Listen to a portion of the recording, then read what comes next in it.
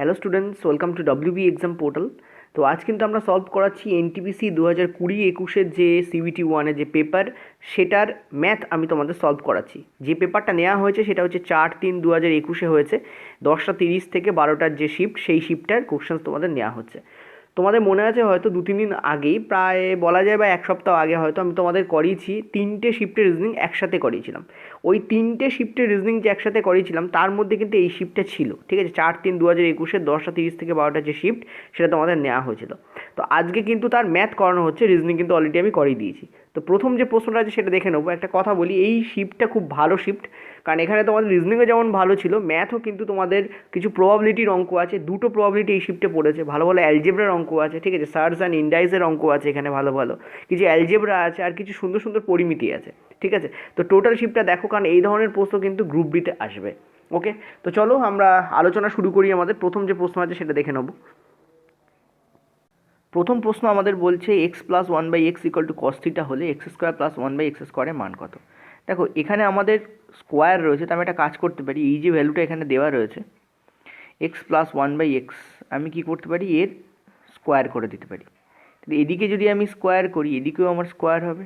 2 cos θ যেটা লেখা রয়েছে, এরও আমি কি করবো, এর হোল স্কোয়ার করতে, অর্থাৎ বাম দিকে যা করবো ডান দিকে আমাকে তাই করতে হবে, ঠিক আছে। এখান থেকে আমি কি পেয়ে যাচ্ছি, দেখো এটাকে যদি তুমি এ ধরো আর এটাকে যদি তুমি বি ধরো, তাহলে বেসিক্যালি এটা কি আছে, এ প্লাস বি তার হোল স্কোয়ার আছে।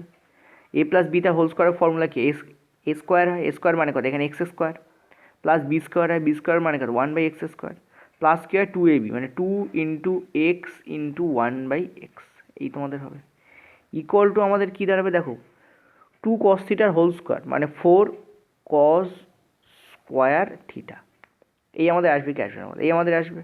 ক্লিয়ার। এবার একটা জিনিস দেখো, তুমি দেখতে পাচ্ছ এখানে যা এখানে চাওয়া হয়েছে x² + 1/x², সেটা দেখো এখানে চলেই এসছে। তো এখানে এটাকে এদিকেই রেখে দাও, x² + 1/x², ঠিক আছে। আর এখান থেকে আমরা কী দেখতে পাচ্ছি, এই এক্স কেটে বেরিয়ে যাচ্ছে, 2 আসছে, 2টাকে ওদিকে কনভার্ট করিয়ে দাও, ঠিক আছে, 2টাকে কী করে ওদিকে কনভার্ট করিয়ে দাও। তো কী চলে আসছে, 4 cos² θ, ঠিক আছে, মাইনাস তোমাদের 2, এই তোমাদের চলে আসছে মাইনাস তোমাদের 2, যেহেতু 2 ওদিকে চলে গেছে।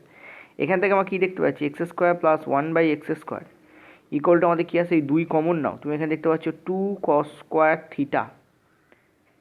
-1 চলে আসবে। এবার তোমরা বলবে স্যার এই উত্তরটা তো এই অপশানে কোথাও নেই, বরঞ্চ একটা অন্য অপশানে এখানে উত্তর দেওয়া রয়েছে। অ্যাকচুয়ালি কী হয়, এই যে 2 cos² θ -1, এইটাকে লেখা যায় cos 2 θ, এটাকে কী লেখা যায়, cos 2 θ। তাহলে এইটা আমার হয়ে গেল cos 2 θ, আর এখানে একটা 2 আমার ইনটু আছে, এইটাই আমার হয়ে যাবে x² + 1/x² এর ভ্যালু। এটা আমার কী হয়ে যাবে, 1/x² এর ভ্যালু। তাহলে অ্যান্সার আমাদের কী হবে, 2 cos 2 θ। This is the correct answer here. এবার যারা cos 2 θ ফর্মুলা জানো না, তাদের জন্য কিন্তু এটা অসুবিধা হয়ে যাবে। মনে রাখবে 2 cos² θ -1 কে লেখা যায় 2 মানে cos 2 θ লেখা যায়। এই যে ব্র্যাকেটের মধ্যে যেটা আছে এটাকে কী লেখা যায়, cos 2 θ। এখানে 2 রয়েছে, অ্যান্সার আমাদের কত হবে, 2 cos θ, সরি 2 cos 2 θ অ্যান্সার হবে, ঠিক আছে। চলো নেক্সট আমরা পরের প্রশ্নে যাব।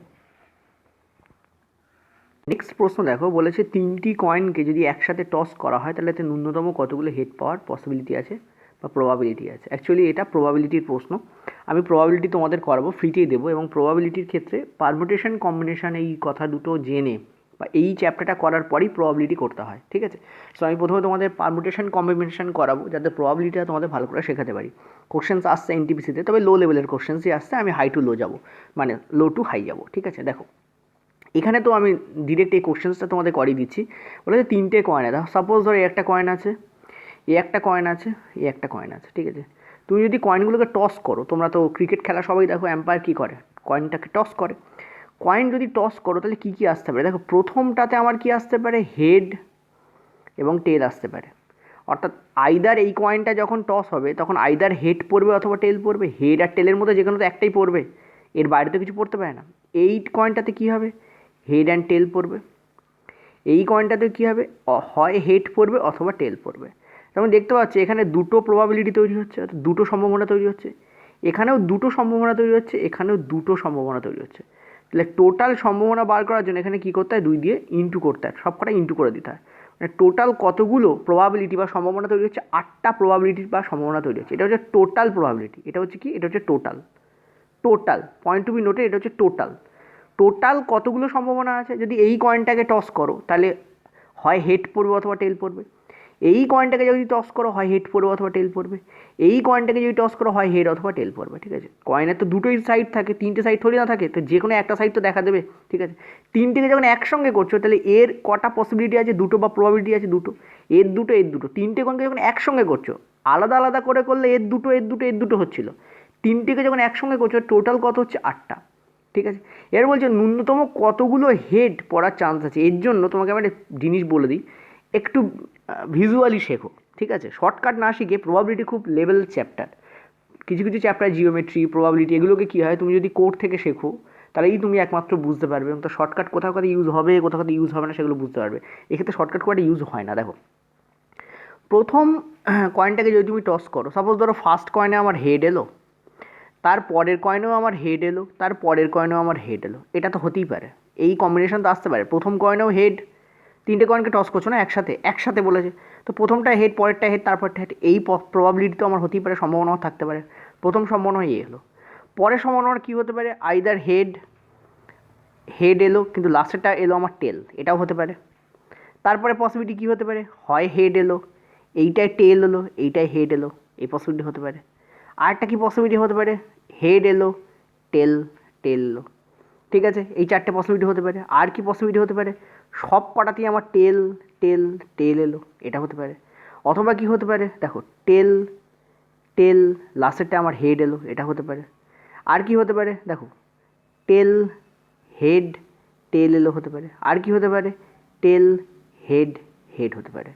ভালো করে বুঝবে, এই 8টা পসিবিলিটি টোটাল হতে পারে। আমি টোটাল পসিবিলিটি তোকে ভিজুয়ালাইজ করাচ্ছি। প্রথমটায় হেড, পরেরটায় হেড, তারপরটা হেড, তিনটেকে একসঙ্গে টস করাচ্ছ না, সো এটা এইটা হতে পারে, অথবা এইটা হতে পারে, অথবা এইটা, অথবা এইটা, অথবা এইটা, অথবা এইটা, অথবা এইটা, অথবা এইটা। টোটাল কটা, চারটে চারটে 8টা, টোটাল 8টা পসিবিলিটি তোমাদের হতে পারে। এটা বুঝলে আশা করি। এবার একটা জিনিস দেখো, এখানে প্রশ্নটা কী বলেছে, যে 8টা যে হচ্ছে সেটা তোমাদের ভিজুয়ালাইজ করালাম যে হ্যাঁ হচ্ছে, জাস্ট 2 × 2 × 2 করে আমি অঙ্কের খাতিরে 8 করছি না, বাস্তবেও হতে পারে, সেই জন্যই আমি 8টা টোটাল পসিবিলিটি হতে পারে, ঠিক আছে। এবার বলছে ন্যূনতম একটা হেড কতগুলোতে। দেখো ন্যূনতম একটা হেড, এইটার মিনিংটা বুঝতে হবে।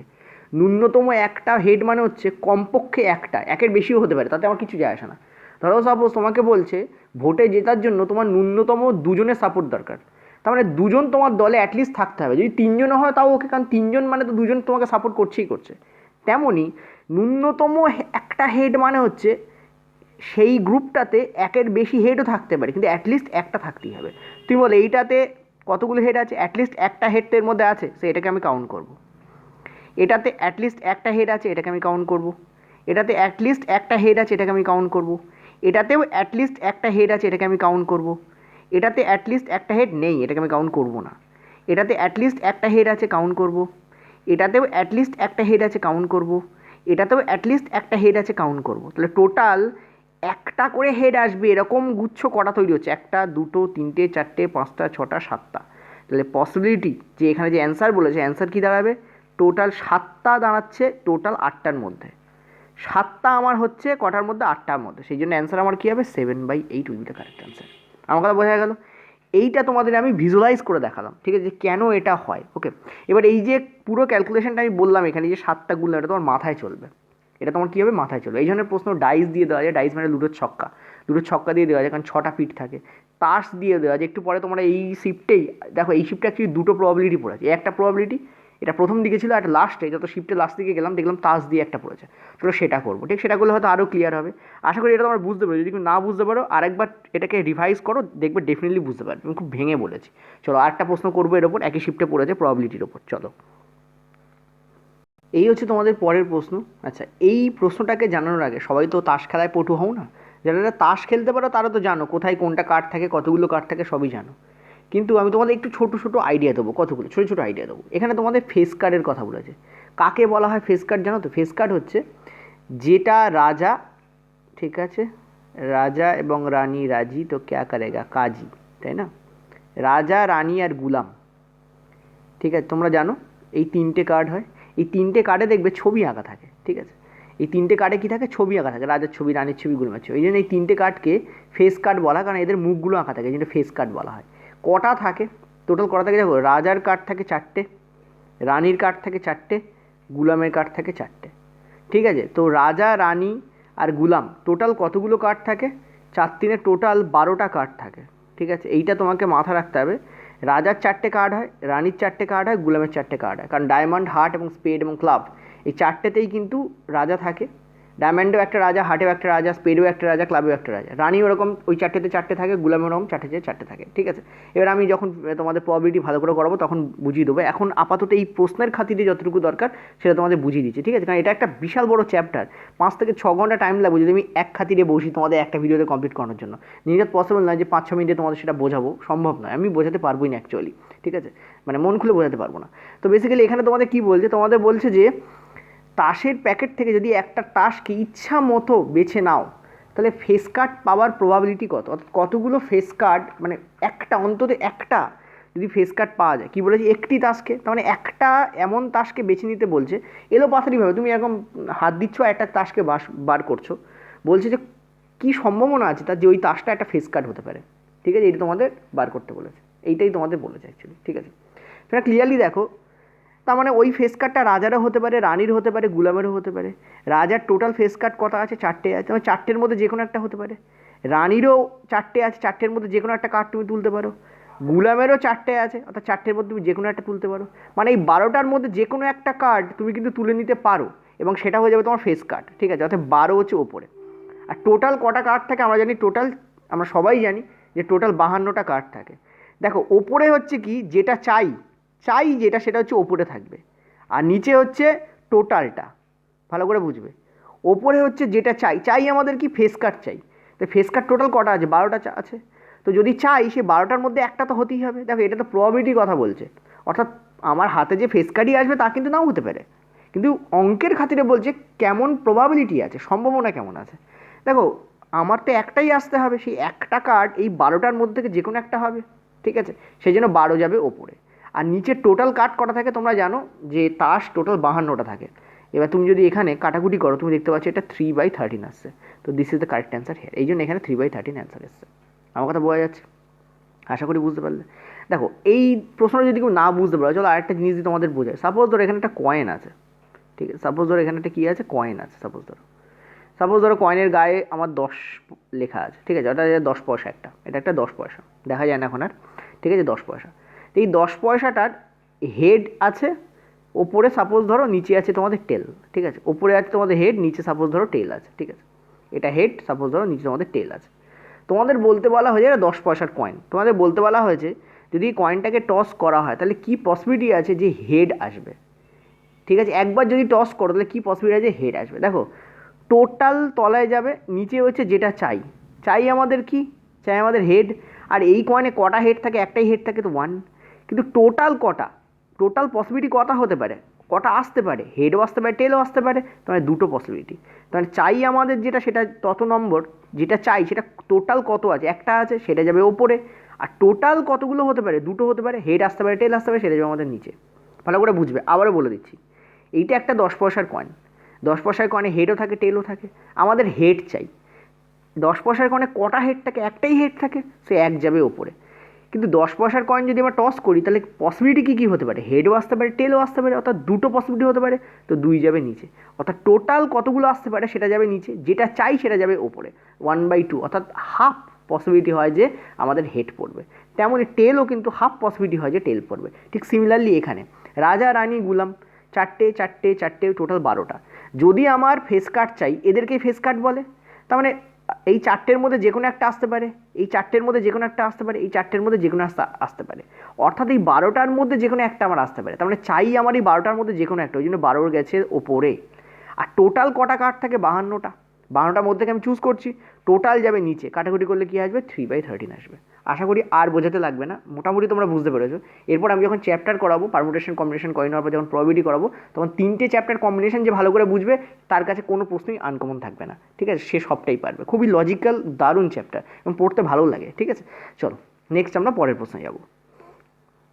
নেক্সট পরের প্রশ্ন, একটি পুত্র তার পিতার চেয়ে 24 বছরের ছোট, 2 বছর পরে তার বয়স পিতার বয়সের অর্ধেক হবে, তো পিতার বয়স কত?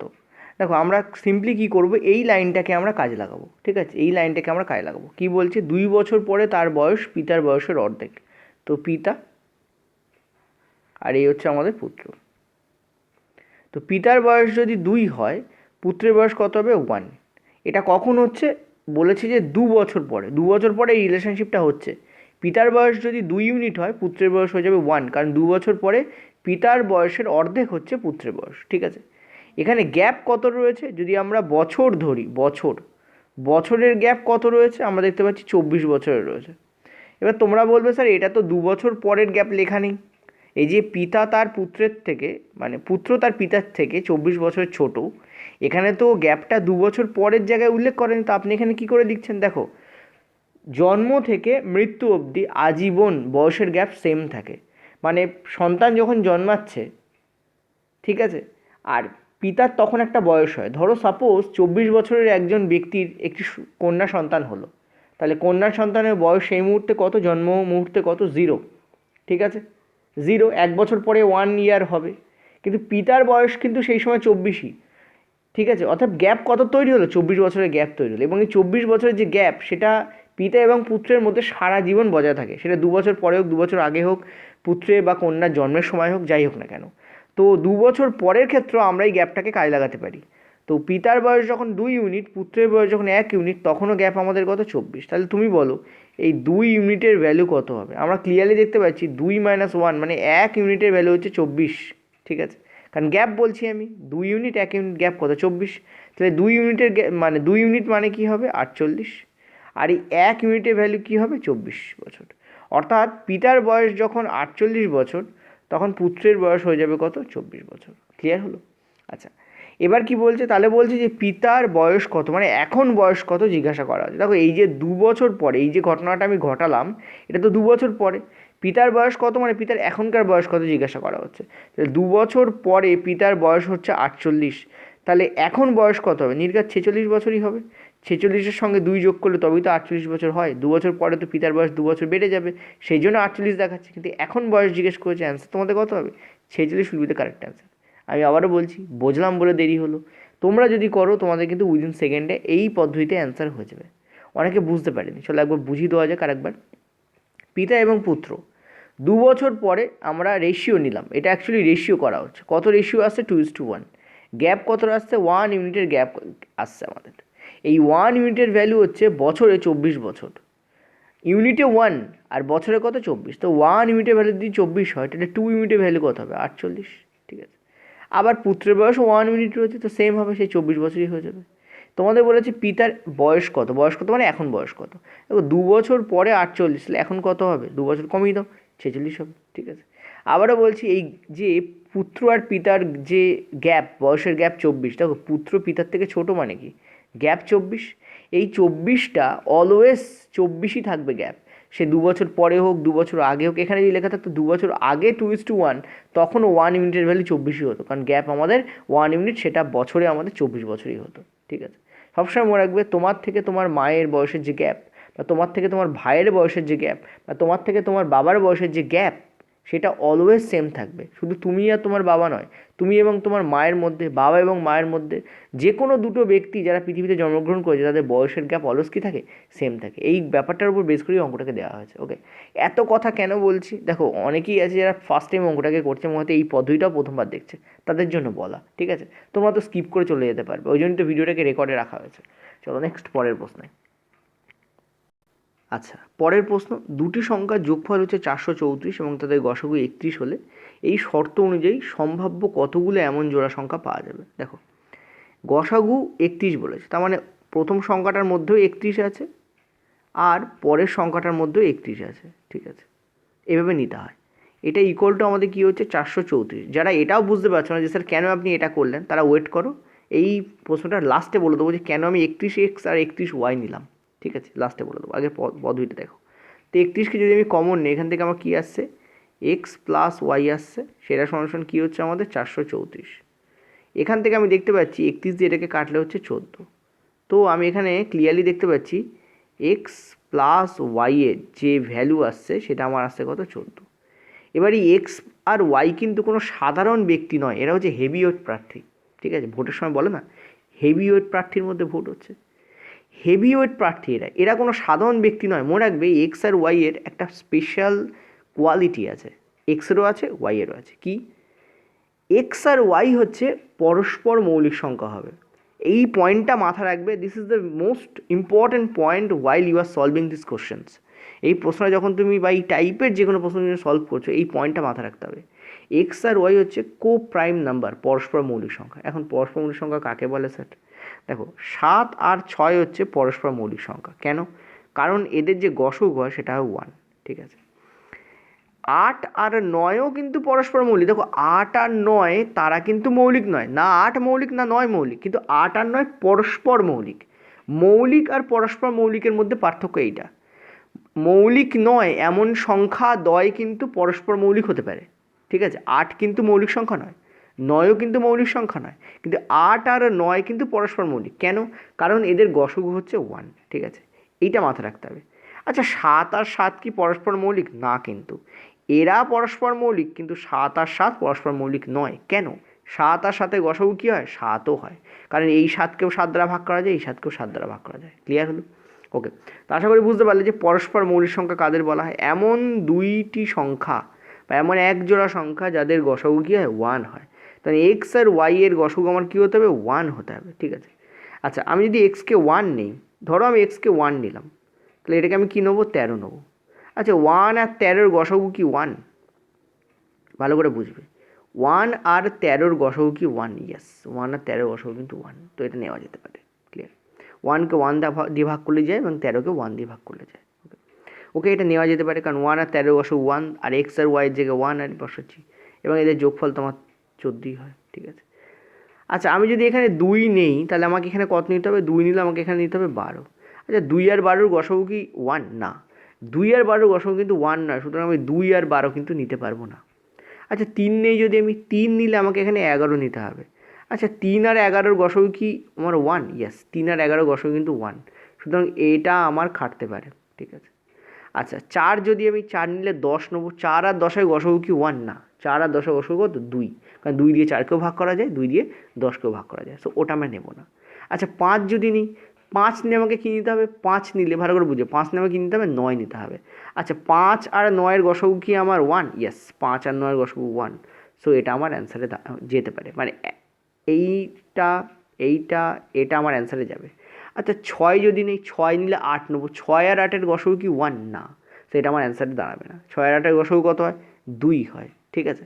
আচ্ছা আমি যদি 7 নিই, একটু আগেই বলেছি, 7 আর 7 যদি আমি নিই, ভালো করে বুঝবে, 7 আর 7 যদি আমি নিই, 7 আর 7-এর গসগু কিন্তু 1 নয়, কারণ 7কে 7 দিয়ে ভাগ করা যায়, 7কে আবার 7 দিয়ে ভাগ করা যায়, 7 আর 7-এর গসগু কত হয়? 7 হয়।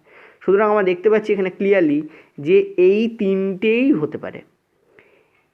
এইটা দিয়ে একটা সংখ্যা তৈরি হবে, এই দুটো দিয়ে তৈরি হবে, এবং এই দুটো দিয়ে তৈরি হবে। তাহলে ক জোড়া হবে? 3 জোড়া। দ্যাট ইজ ওয়াই এখানে অ্যান্সারে ঠিকই দেওয়া আছে 3 জোড়া। ক্লিয়ার হলো? অ্যান্সার আমাদের কী হবে? 3 জোড়া। ওকে, কারণ এখানে সংখ্যা কত জোড়া বলা আছে। কি বললাম? কোপ্রাইম বা পরস্পর মৌলিক, এই কথাটা তোমাকে খুব ভালো করে মাথায় রাখতে হবে। এরা কিন্তু কী হবে? পরস্পর মৌলিক সংখ্যা হবে, ঠিক আছে। এরা কিন্তু কী হবে? পরস্পর মৌলিক সংখ্যা হবে। ওকে, চলো নেক্সট আমি পরের প্রশ্নে যাব। আচ্ছা আর একটা জিনিস, এই লাইনটা আমি কেন লিখেছিলাম, এই যে 31x আর 31y কেন লিখেছিলাম? দেখো এক্স আর ওয়াই হচ্ছে সেই সংখ্যা যাদেরকে আমরা যদি 31 দিয়ে গুণ করি, দুটো সংখ্যা আলাদা আলাদা বেরোবে। কী করে হচ্ছে ওটা? সাপোজ ধরো তুমি 4 আর 6-এর তুমি এলসিএম না এইচসিএফ মানে গসগু নিচ্ছ, কারণ এখানে তো গসগুর কথা বলা হচ্ছে। 4 আর 6 তুমি গসগু নিচ্ছ, ঠিক আছে। আমার কথা ভালো করে খেয়াল করবে, অনেকের বেসিক জানা থাকে না বলেই টিচার বোঝালে বুঝতে পারে না, ঠিক আছে। 4 আর 6 তুমি যদি গসগু নাও, তুমি দেখবে 4-এর মধ্যেও আমার 2 আছে, আবার 6-এর মধ্যেও আমার 2 আছে, তার মানে 2টা আমার কমন গেল।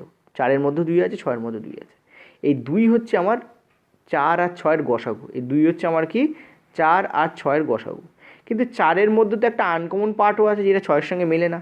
কি আছে? 4-এর মধ্যে কিন্তু আর একটা 2 আছে, আর 6-এর মধ্যে কিন্তু একটা 3 আছে। এই 2 আর এই 2 গুণ করি তো 4 হয়, এই 2 আর এই 3 গুণ করি তো আমার 3 হয়, মানে 6 হয়, ঠিক আছে। তো দেখো যেটা কমন পার্ট, 4-এর মধ্যে 2 আছে, 6-এর মধ্যে 2 আছে, কমন পার্টটাকে আমরা গসাগু বলি, ঠিক আছে। আর আনকমন যে পার্ট সেইটা তো আলাদা, এটাকে আমি এক্স নিলে এটাকে আমি ওয়াই নেবো, ঠিক আছে। কারণ এবার দেখো এই 31টা হচ্ছে সেই গসাগু, এখানে যেমন 2 গসাগু, এখানে 31 তেমন গসাগু।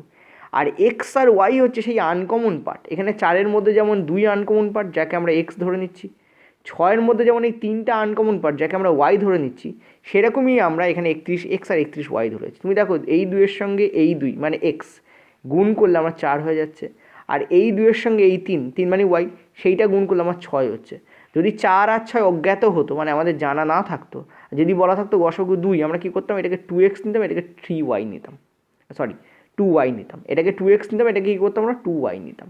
ঠিক আছে, এই যেমন এখানে 31x আর 31y নিয়েছি সেম, তো এই জন্যই আমরা এখানে 31x আর 31y নিই।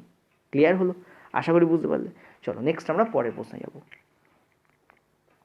নেক্সট পরের প্রশ্ন কনসেপচুয়াল প্রশ্ন, খুব হার্ড কোশ্চেন ডেফিনেটলি নয়, কিন্তু একটু কনসেপচুয়াল। বড় থেকে ছোট ক্রমে 3টি মৌলিক সংখ্যা সাজানো হয়েছে। সাপোজ ধরো একটা সংখ্যা হচ্ছে এক্স, একটা সংখ্যা হচ্ছে ওয়াই, একটা সংখ্যা হচ্ছে আমাদের জেড। তাহলে এক্স বড় ওয়াইয়ের থেকে, ওয়াই বড় জেডের থেকে, এই হচ্ছে বড় থেকে ছোট সাজানো রয়েছে। প্রথমে বড়, তারপর ছোট, তারপর ছোট। যদি প্রথম দুটি সংখ্যার গুণফল মানে এক্স আর ওয়াইয়ের গুণফল আমার কত বলেছে, আমরা হচ্ছে 3, 2, 3। আর বলেছে যদি শেষ দুটো মানে ওয়াই আর জেড তার গুণফল কত বলেছে 2, 2, 1 হয়, তাহলে বৃহত্তর মৌলিক সংখ্যাটির মান কত, মানে এক্সের মান আমাকে বার করতে বলেছে। দেখো এই ধরনের প্রশ্নে যে কনসেপ্ট একটু আগে তুমি শিখলে, সেই কনসেপ্ট তুমি কাজে লাগাতে পারো। তুমি দেখতে পাচ্ছ, মনে আছে 4 আর 6 লিখেছিলাম, 4-এ কমন কি 2, 6-এও কমন কি 2, তাহলে 4 আর 6-এর গসাগু এই সেপ কত হয়ে গেছিলো, আমার 2 হয়ে গেছিলো, মনে করে দেখো। ঠিক তেমনই এক্স ওয়াই আর ওয়াই জেড কমন কি আছে ওয়াই, তার মানে এক্স ওয়াই আর ওয়াই জেডের যে গসাগু হবে, এক্স ওয়াই মানেই 3, 2, 3, আর ওয়াই জেড মানেই 2, 2, 1, এদের গসাগু কত হবে ওয়াই হবে। সেই ওয়াইটা আমি যদি বার করতে পারি আমার এখানে সুবিধা হবে। ওয়াই কী করে বার করবো, গসাগু করে ফেলো। গসাগু আমি ভাগ পদ্ধতিতে করা যায়, ইজি হয়, আমি ভাগ পদ্ধতিতে তোমাদের গসাগু করছি। ঠিক আছে, গসাগু 17 হবে, মুখোমুখি করা যায়, তবু চলো তোমাদের করে দেখাই। এখানে দেখতে পাচ্ছি 1, তাহলে 2, 2, 1 যদি হয় তার মানে দেখতে পাচ্ছি 2, 0, 1। এখানে যদি আবার করো তাহলে 2, 2, 1, 2 দিয়ে যাচ্ছে, আমার কত হচ্ছে 2, 0, 4। এখানে হচ্ছে আমার কত 17। ঠিক আছে, 17 যদি আমি দেখতে পাচ্ছি 1, 0, 2কে মিলে যায়, কারণ 17 6 করলে 1, 0, 2 হয়। তার মানে আমাদের ওয়াইয়ের যে ভ্যালু দাঁড়াবে সেটা আমাদের কত দাঁড়াবে 17। তুমি দেখো যে ওয়াইয়ের ভ্যালু 17, তাহলে এক্স ইন্টু 17 এইটাই ইকুয়াল টু আমার 3, 2, 3। তাহলে ওয়াইয়ের ভ্যালু আমার 17। ঠিক আছে, ওয়াইয়ের ভ্যালু আমার 17, তাহলে এক্সের ভ্যালু কত হবে, ডেফিনেটলি 19 হবে। এখান থেকে কাটাকুটি করলে তুমি পেয়ে যাবে। ঠিক আছে, অ্যান্সার আমাদের কী হবে 19, এখানে অ্যান্সার হবে। ইনফ্যাক্ট এখানে সব কটাই বের করা যায়। যেমন দেখো 19 বেরিয়ে গেছে, 17 বেরিয়ে গেছে, ভালো করে বোঝো, 19 বেরিয়ে গেছে, 17 বেরিয়ে গেছে, জেড কি আর বেরোবে না? তাহলে দেখো ওয়াই মানে আমার 17, তাহলে জেডের ভ্যালু কত হবে, এমনিতেই বেরিয়ে যাবে। ঠিক আছে, আচ্ছা এবার একটা জিনিস বলি, এই প্রশ্নটা কি সিজিলে ঘুরিয়ে দিয়েছিল, বলেছিল সেই 3টে মৌলিক সংখ্যার যোগফল কত, অর্থাৎ আরেক ধাপ এগিয়ে। তাহলে 17 প্লাস 19 প্লাস এই জেডের ভ্যালু যোগ করলে আমার বেরিয়ে যাবে অ্যান্সার। এভাবে কী হয়, প্রশ্নগুলোকে টাফ করে দেওয়া যেতে পারে। ঠিক আছে, চলো নেক্সট আমরা পরের প্রশ্নে যাব। আচ্ছা পরের প্রশ্ন আমি হলপ করে বলতে পারি, যারা এই মুহূর্তে ক্লাসটা দেখছো তারা নিজেরা যদি ভিডিওটা পজ করে খাতা পেন নাও, তাহলে দেখবে হোঁচট খাচ্ছে এই ধরনের অঙ্কে। ঠিক আছে, অঙ্কটাতে ল্যাঙ্গুয়েজ প্রবলেম আছে, মানে ল্যাঙ্গুয়েজ প্রবলেম মানে ল্যাঙ্গুয়েজ ভুল আছে তা না, ল্যাঙ্গুয়েজটা ঘোরানো আছে। একজন মানুষ 32 কিমি দূরত্ব অতিক্রম করলেন। ধরে নাও সাপোজ আমি একটা স্ট্রেট লাইন টানছি, এটা হচ্ছে তোমাদের 32 কিমি, এই যে কালো দাগটা নিয়েছি এটা 32 কিমি। আর বলছে 1 ঘন্টা 20 মিনিট পর তিনি দেখলেন যে অবশিষ্ট দূরত্বের 5/7 অংশ দূরত্ব তিনি অতিক্রম করেছেন। সাপোজ ধরে নাও তিনি 1 ঘন্টা 20 মিনিটে এইটুকু ডিস্ট্যান্স গেছেন, যেটুকু সবুজ কালিতে আমি তোমাদের এঁকেছি। ঠিক আছে, আর সাপোজ ধরে নাও এইটুকু ডিস্ট্যান্স তার বাকি আছে, যেটুকু আমি লাল কালিতে তোমাদের দাগাচ্ছি। ঠিক আছে, অর্থাৎ লাল কালিতে যেটুকু এঁকেছি সেটা হচ্ছে আমার বাকি আছে, এটা হচ্ছে কি আমার বাকি, এটা হচ্ছে কি আমার বাকি। ঠিক আছে, এই বাকি যতটুকু বাকি আছে, যতটুকু বাকি আছে তার 5/7 অংশ হচ্ছে 1 ঘন্টা 20 মিনিটে সে যতটা পেরিয়েছে, অর্থাৎ লালের 5/7 অংশ হচ্ছে সবুজ পাটটা। আমার কথা বোঝা যাচ্ছে? আর ক্লিয়ার করে কী করে বলবো বলো? ঠিক আছে, তো আমরা লালকে যদি 7 ইউনিট ধরে নিই, ভালো করে বুঝবে, লালকে যদি আমরা 7 ইউনিট ধরে নেই তাহলে সবুজটা আমার হয়ে যাবে 5 ইউনিট। কী করে হবে দেখো, এইটুকুকে যদি মানে লাল যেটুকু বাকি আছে তার পেরোতে, টোটাল তো 32, তার মধ্যে সে সবুজটুকু পেরিয়েছে 1 ঘন্টা 20-তে, লালটুকু তার পেরোতে বাকি আছে। বলেছে অবশিষ্ট দূরত্ব মানে বাকি দূরত্ব তার 5/7 অংশ হচ্ছে যেটুকু সে পেরিয়েছে, তো 7-এর 5/7 করলে তো 5ই পাবো। আমার কথা বোঝা যাচ্ছে? এবার দেখো আমি দেখতে পাচ্ছি এটা 5 আর 7 ইউনিট, মানে টোটাল আমার কত ইউনিট হচ্ছে, এখানে আমি দেখতে পাচ্ছি টোটাল আমার হচ্ছে 12 ইউনিট। কিন্তু অঙ্কে বলছি ইউনিটে 12 হলো, অঙ্কে বলছি এটা কি 32 কিমি। ঠিক আছে, তো 12 ইউনিটের ভ্যালু আমার হচ্ছে কিমিতে 32। ঠিক আছে, 12 ইউনিটের ভ্যালু কত, কিমিতে আমার 32। তাহলে 1 ইউনিটের ভ্যালু কী হবে 32/12, মানে আমি দেখতে পাচ্ছি 8/3, কাটাকুটি করলে আমার কত হচ্ছে 8/3, ঠিক আছে। আর 5 ইউনিটের ভ্যালু আমার কত হচ্ছে, ঠিক আছে। 5 ইউনিটের ভ্যালু আমি দেখতে পাচ্ছি 5 × 8 মানে 40/3 কিমি, ঠিক আছে। 40/3 কিমি, অর্থাৎ এটা আমি এই যে এইটা আমি অনুপাত বা ইউনিটে 5 ইউনিট ধরলেও অ্যাকচুয়ালি এটুকুরই যে কিমিতে যে ডিস্ট্যান্স দাঁড়াবে সেটা হচ্ছে 40/3 কিমি। এবার এই 40/3 কিমি সে 1 ঘন্টা 20 মিনিটে সে পেরিয়েছে। 1 ঘন্টা 20 মিনিট মানে আবার কি 3.5 ঘন্টা, ঠিক আছে। 20-র তলায় 60 লেখো, 20 দিয়ে 60কে কাটো, 1/3, ওদিকে 1 আছে, 1 পূর্ণ 1/3 মানে 3.5 ঘন্টা। তো 3.5 ঘন্টায় সে 40/3 কিমি কী করছে, সে পেরিয়েছে, ঠিক আছে। তো গতিবেগ তার কী হবে, 40/3 ইউনিট সে পেরোচ্ছে কত ঘন্টায়, 3.5 ঘন্টায়, ঠিক আছে। এখান থেকে আমি দেখতে পাচ্ছি যদি কাটাকুটি করি, 4 দিয়ে রেখে কাটছে, 10 হচ্ছে, নিচে 3 উড়ে বেরিয়ে যাচ্ছে, অ্যান্সার আমাদের কত হচ্ছে 10 কিলোমিটার/আওয়ার। এইটা আমাদের অ্যান্সার হবে। দেখো এখানে উত্তর দেওয়াও আছে, ঠিক আছে। তো অঙ্কটা কিন্তু এইটুকুরই অঙ্ক। তুমি যদি এই ব্যাপারটা বুঝতে না পারো যে বাকি অবশিষ্ট দূরত্বের 5/7 বলতে কী বোঝানো হয়েছে, তাহলে তুমি অঙ্কটা করতে পারবে না, এক্স ধরে করতে পারবে না, ঠিক আছে। চলো নেক্সট আমরা পরের প্রশ্নে যাব। পরের প্রশ্ন বার্ষিক, এটা সোজা প্রশ্ন। বার্ষিক সরল সুদের হারে 480 টাকা মূলধনের 5 বছরে যদি তোমাদের অ্যামাউন্ট মানে সবৃদ্ধি মূল যদি 600 টাকা হয়, তাহলে সুদের হার 2% বৃদ্ধি পেলে কত বাড়বে, ঠিক আছে। এখানে বলা উচিত ছিল যে সুদ বা সবৃদ্ধি মূল কত বাড়বে, এখানে এক্স্যাক্টলি বলেছে কত বাড়বে। অ্যাকচুয়ালি দুটোই একই পরিমাণ বাড়বে, ঠিক আছে। মনে রাখবে সরল সুদের ক্ষেত্রে সুদ যত বাড়বে সবৃদ্ধি মূলও কিন্তু সেম পরিমাণ বাড়বে, যদি পার্সেন্টেজ চেঞ্জ হয়, টাইম যদি সেম থাকে, ঠিক আছে। টাইম দেখো সেম রাখা হয়েছে, পার্সেন্টেজ চেঞ্জ হয়েছে। কী করবো, জাস্ট 480, ভালো করে বুঝবে, জাস্ট 480-র 10% বার করো। এখন 10% কী করে বার করবো, দেখো কেন বার করবো, কারণ দেখো 5 বছরে 2% বাড়ছে, এই 2% যেটা বাড়ছে এটা কিন্তু প্রতি বছরে বাড়ছে। তাহলে 1 বছরে যদি 2% বাড়ে, 5 বছরে কত বাড়বে, 10% বাড়বে। 10% বাড়বে মানে বৃদ্ধি জিজ্ঞেস করেছে, 10% বাড়বে। কার 10%, যেখান থেকে সব কিছু উৎপন্ন হচ্ছে, মূলধন থেকে সব কিছু বেরোয়, ঠিক আছে। তো অ্যান্সার আমাদের কত হবে, ক্লিয়ারলি দেখতে পাচ্ছ 48 টাকা will be the correct answer. দেখো 1 লাইনেরও অঙ্ক, এটা তো হাফ লাইন কি তারও কম লাইনের অঙ্ক মনে হয় এটা, ঠিক আছে। এটা তোমাদের অ্যান্সার হবে। এইবার এই অঙ্কটা কার কার ক্ষেত্রে টাফ হয়ে যাবে, যে এখান থেকে রেট বার করবে, রেট বার করে সেই রেটের সঙ্গে 2% প্লাস করবে, তারপর আবার কি করবে, সে সবৃদ্ধি মূল বার করার চেষ্টা করবে বা সুদ বার করার চেষ্টা করবে। তার ক্ষেত্রে কিন্তু এটা 3-4 স্টেপের অঙ্ক হয়ে যাবে। তোমাকে মাথা রাখতে হবে, ভালো করে মাথা রাখবে, এটা সরল সুদের ক্ষেত্রে সম্ভব, জটিল সুদে কিন্তু এটা সম্ভব নয়, ঠিক আছে। যদি এই অঙ্কটা জটিল সুদ পড়তো তাহলে আমাকে ক্যালকুলেট করতেই হতো। সরল সুদের ক্ষেত্রে মনে রাখবে যদি পার্সেন্টেজ বাড়ে, সেই পার্সেন্টেজকে তুমি ইয়ারের সঙ্গে ইন্টু করে দেবে। কেন, কারণ 1 বছরে 2% বাড়ছে, এই যে 2% এটা 1 ইয়ারে হয়, তাহলে 5 বছরে টোটাল কত বাড়বে, 10%। আর সেই 10%টা কার ওপর বাড়বে, 480-র ওপরে, কারণ যা হয় সব মূলধনের ওপর হয়। তোমাকে সেটাই জিজ্ঞেস করছে কত বাড়বে, তাহলে 480 10% বাড়বে মানে 48 টাকা বাড়বে। এটাই আমাদের কারেক্ট অ্যান্সার, ঠিক আছে। চলো নেক্সট আমি পরের অঙ্কে যাব।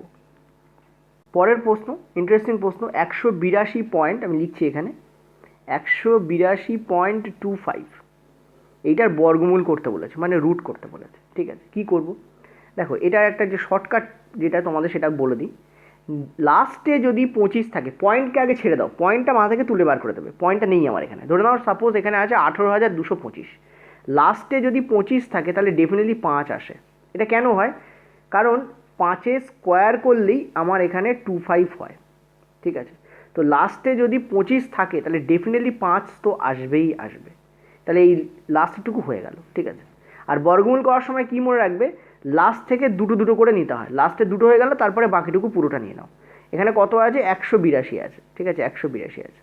তুমি বলো 182, ভালো করে বুঝবে, 182 কার কার স্কোয়ারের মাঝখানে আসে। দেখো আমি যদি 13 স্কোয়ার করি আমি পেয়ে যাচ্ছি 169, ঠিক আছে।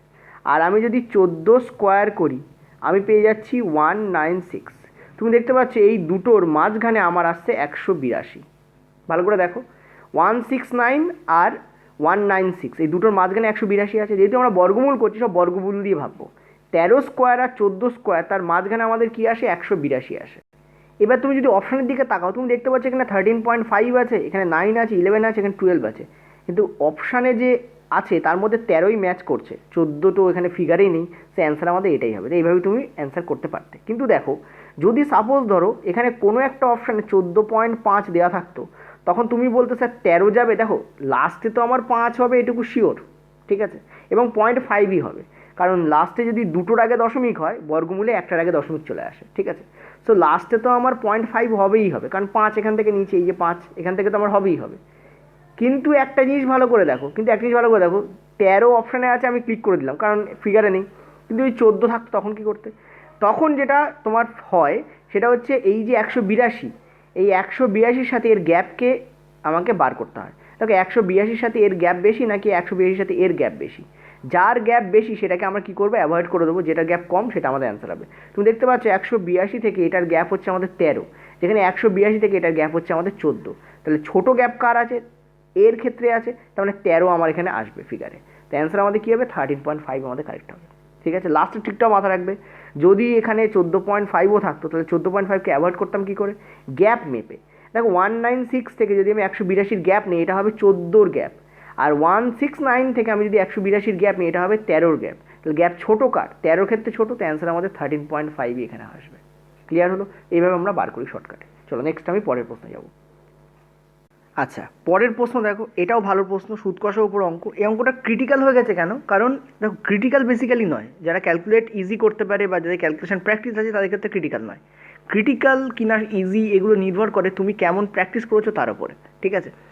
এখানে বলেছে 1 মার্চ থেকে 12ই মে, ঠিক আছে। 1 মার্চ থেকে 2018 থেকে 12ই মে অবধি, ঠিক আছে।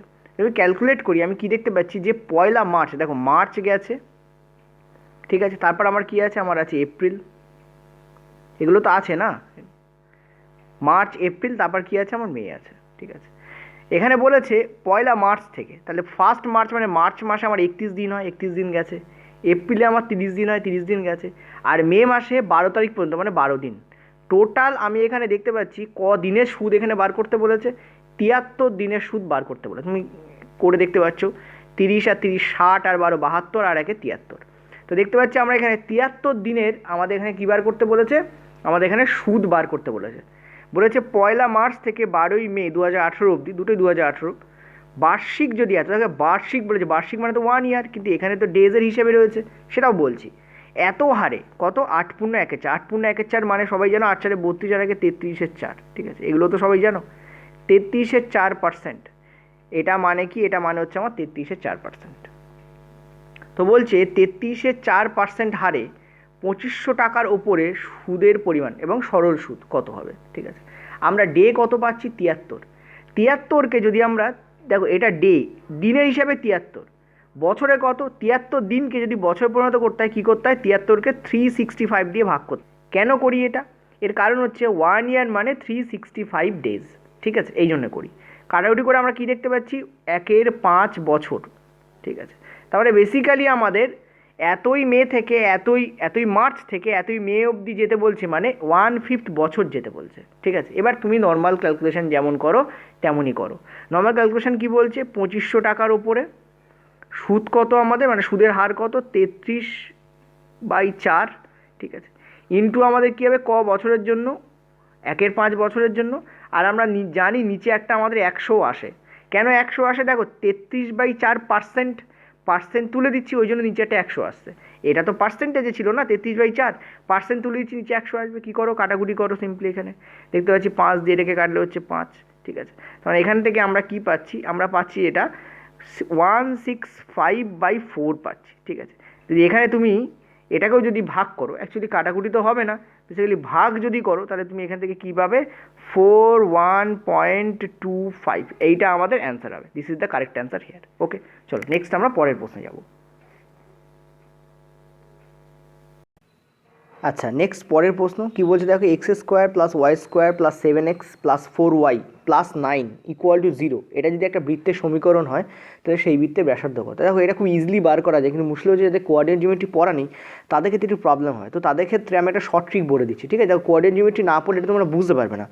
যারা পড়োনি তাদের ক্ষেত্রে তাদের না বুঝেই, মানে না বেসিকটা বুঝেই তোমাদের কিন্তু এটাকে সলভ করতে হবে। তো শর্ট ট্রিকটা এইটা, এই যে gx আছে, আর যে এই যে 4y আছে, আর এই যে 9 আছে, এই তিনটেকে তিনভাবে লেখা যায়। দেখো এই 7xকে লেখা যায়, ভালো করে বুঝবে কী লেখা যায়। এই 7xকে লেখা যায় 2gx, এইভাবে 7xকে লেখা যায়। এইটা = 7x। তোমরা বলো স্যার জি কোথা থেকে এলো, এক্স কোথা থেকে এলো? অ্যাকচুয়ালি কী বলো তো, এগুলো তোমাদের জিওমেট্রি যদি না পড়া থাকে, কোঅর্ডিনেট জিওমেট্রি, তাহলে বুঝতে অসুবিধা হবে। ঠিক আছে, এখান থেকে আমরা দেখতে পাচ্ছি এই এক্স কেটে যাচ্ছে। সবসময় মনে রাখবে এই যে টার্মটা থাকবে প্রথম দুটো টার্মকে বাদ দিয়ে যে থার্ড টার্ম থাকবে আর যে ফোর্থ টার্ম থাকবে আর যে লাস্ট টার্ম থাকবে সেটাকে এইভাবে লেখা যায়। কি লেখা যায়? 2gx। এই যে থার্ড যে টার্ম, এই থার্ড টার্মকে লেখা যায় 2gx। সবসময় মনে রাখবে কী লেখা যায়? 2gx। এটাই হচ্ছে এটার ফর্মুলা। 2gx ইকুয়াল টু কী হয়? 7। তাই তুমি বলো জি এর ভ্যালু এখান থেকে আমরা কী পাচ্ছি? 7/2 পাচ্ছি, রাইট? ঠিক আছে, ওকে। আচ্ছা 4y, দেখো 4y ইকুয়াল টু কী লেখা যায়? দেখো এই যে ফোর্থ টার্ম 4y, এই 4yকে লেখা যায় 2fx। 2fx equal to 4y, এভাবে, সরি 2fx নয় 2fy। 2fy equal to 4y, ঠিক আছে, এখান থেকে লেখা যায়। এবার আমি দেখতে পাচ্ছি এই ওয়াই কেটে যাচ্ছে, এই 2 দিয়ে এই 4কে কাটছে, তাহলে কত হচ্ছে? 2। তো এফ এর যে ভ্যালু হচ্ছে সেটা আমার কী হয়? 2। এখন জি আর এফ আমার কী কাজে লাগবে একটু পরে দেখবে। আর এই যে লাস্ট টার্ম যেটাকে আমি 9 ধরছি, এখানে এই 9কে লেখা যায় সি। আমাদের এখানে সি এর ভ্যালু কি? সি এর ভ্যালু হচ্ছে 9, ঠিক আছে। কী কাজে লাগে? দেখো রেডিয়াস বার করার জন্য এই টার্মগুলো ইউজফুল হয়, ঠিক আছে। তো রেডিয়াস বার করার যে ফর্মুলা হয়, এরকম যখন ইকুয়েশন থাকবে তখন রেডিয়াস বার করার যে ফর্মুলা হয় রুট ওভার, খেয়াল করো, g square plus f a square minus c. এই জন্য এই জি লাগে, এফ লাগে আর সি লাগে। ব্যাসার্ধ এইরকম যখন ইকুয়েশন থাকে তখন বৃত্তের ব্যাসার্ধ বার করার ফর্মুলা হচ্ছে এইটা। এইভাবে বার করতে হয়। তো জি এর ভ্যালু আমাদের এখানে কি? 7/2। তো 7/2 তার হোল স্কোয়ার, ঠিক আছে, প্লাস এফ এর ভ্যালু আমাদের কি? 2, তার মানে 2 স্কোয়ার, ঠিক আছে, মাইনাস সি আমাদের কত? 9। তো 9। এবার আমরা কী দেবো? এর মাথায় রুট ওভার চাপিয়ে দেবো, ঠিক আছে। যে এখান থেকে তুমি সলভ করো, তুমি দেখতে পাবে ওপরে আমাদের 29 থাকবে, নিচে আমাদের 4 থাকবে, ঠিক আছে, এবং তার মাথায় রুট থাকবে। এখান থেকে আমরা কি দেখতে পাচ্ছি? নিচে আমাদের 2 চলে আসবে, উপরে আমাদের চলে আসবে √29।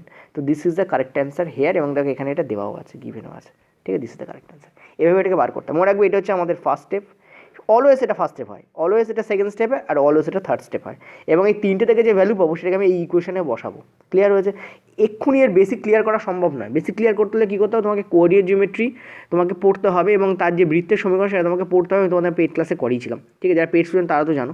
চলো নেক্সট আমি পরের যে প্রশ্ন আছে সেখানে যাব। আচ্ছা, পরের প্রশ্ন বলেছে x⁴ plus 1/x⁴ equal to 322 হলে এবং x যদি গ্রেটার দেন 1 হয় তাহলে x মাইনাস 1/x এর মান কত? নিজে ভিডিওটা পজ করো, ট্রাই করো, তারপর আমার সলিউশন দেখো কী হবে। দেখো আমরা এখানে দেখতে পাচ্ছি x⁴ প্লাস 1/x⁴ এর ভ্যালু সামথিং দেওয়া আছে। আমরা ধরে নিচ্ছি সেই ভ্যালুটা হচ্ছে কে। একটা জেনারেল আইডিয়া তোমাদের জন্য দিচ্ছি, এটা শর্টকাট। তারপরে তোমাদের লং কাট দেখাবো, অর্থাৎ বেসিকটা কীভাবে হয় সেটাও দেখাবো।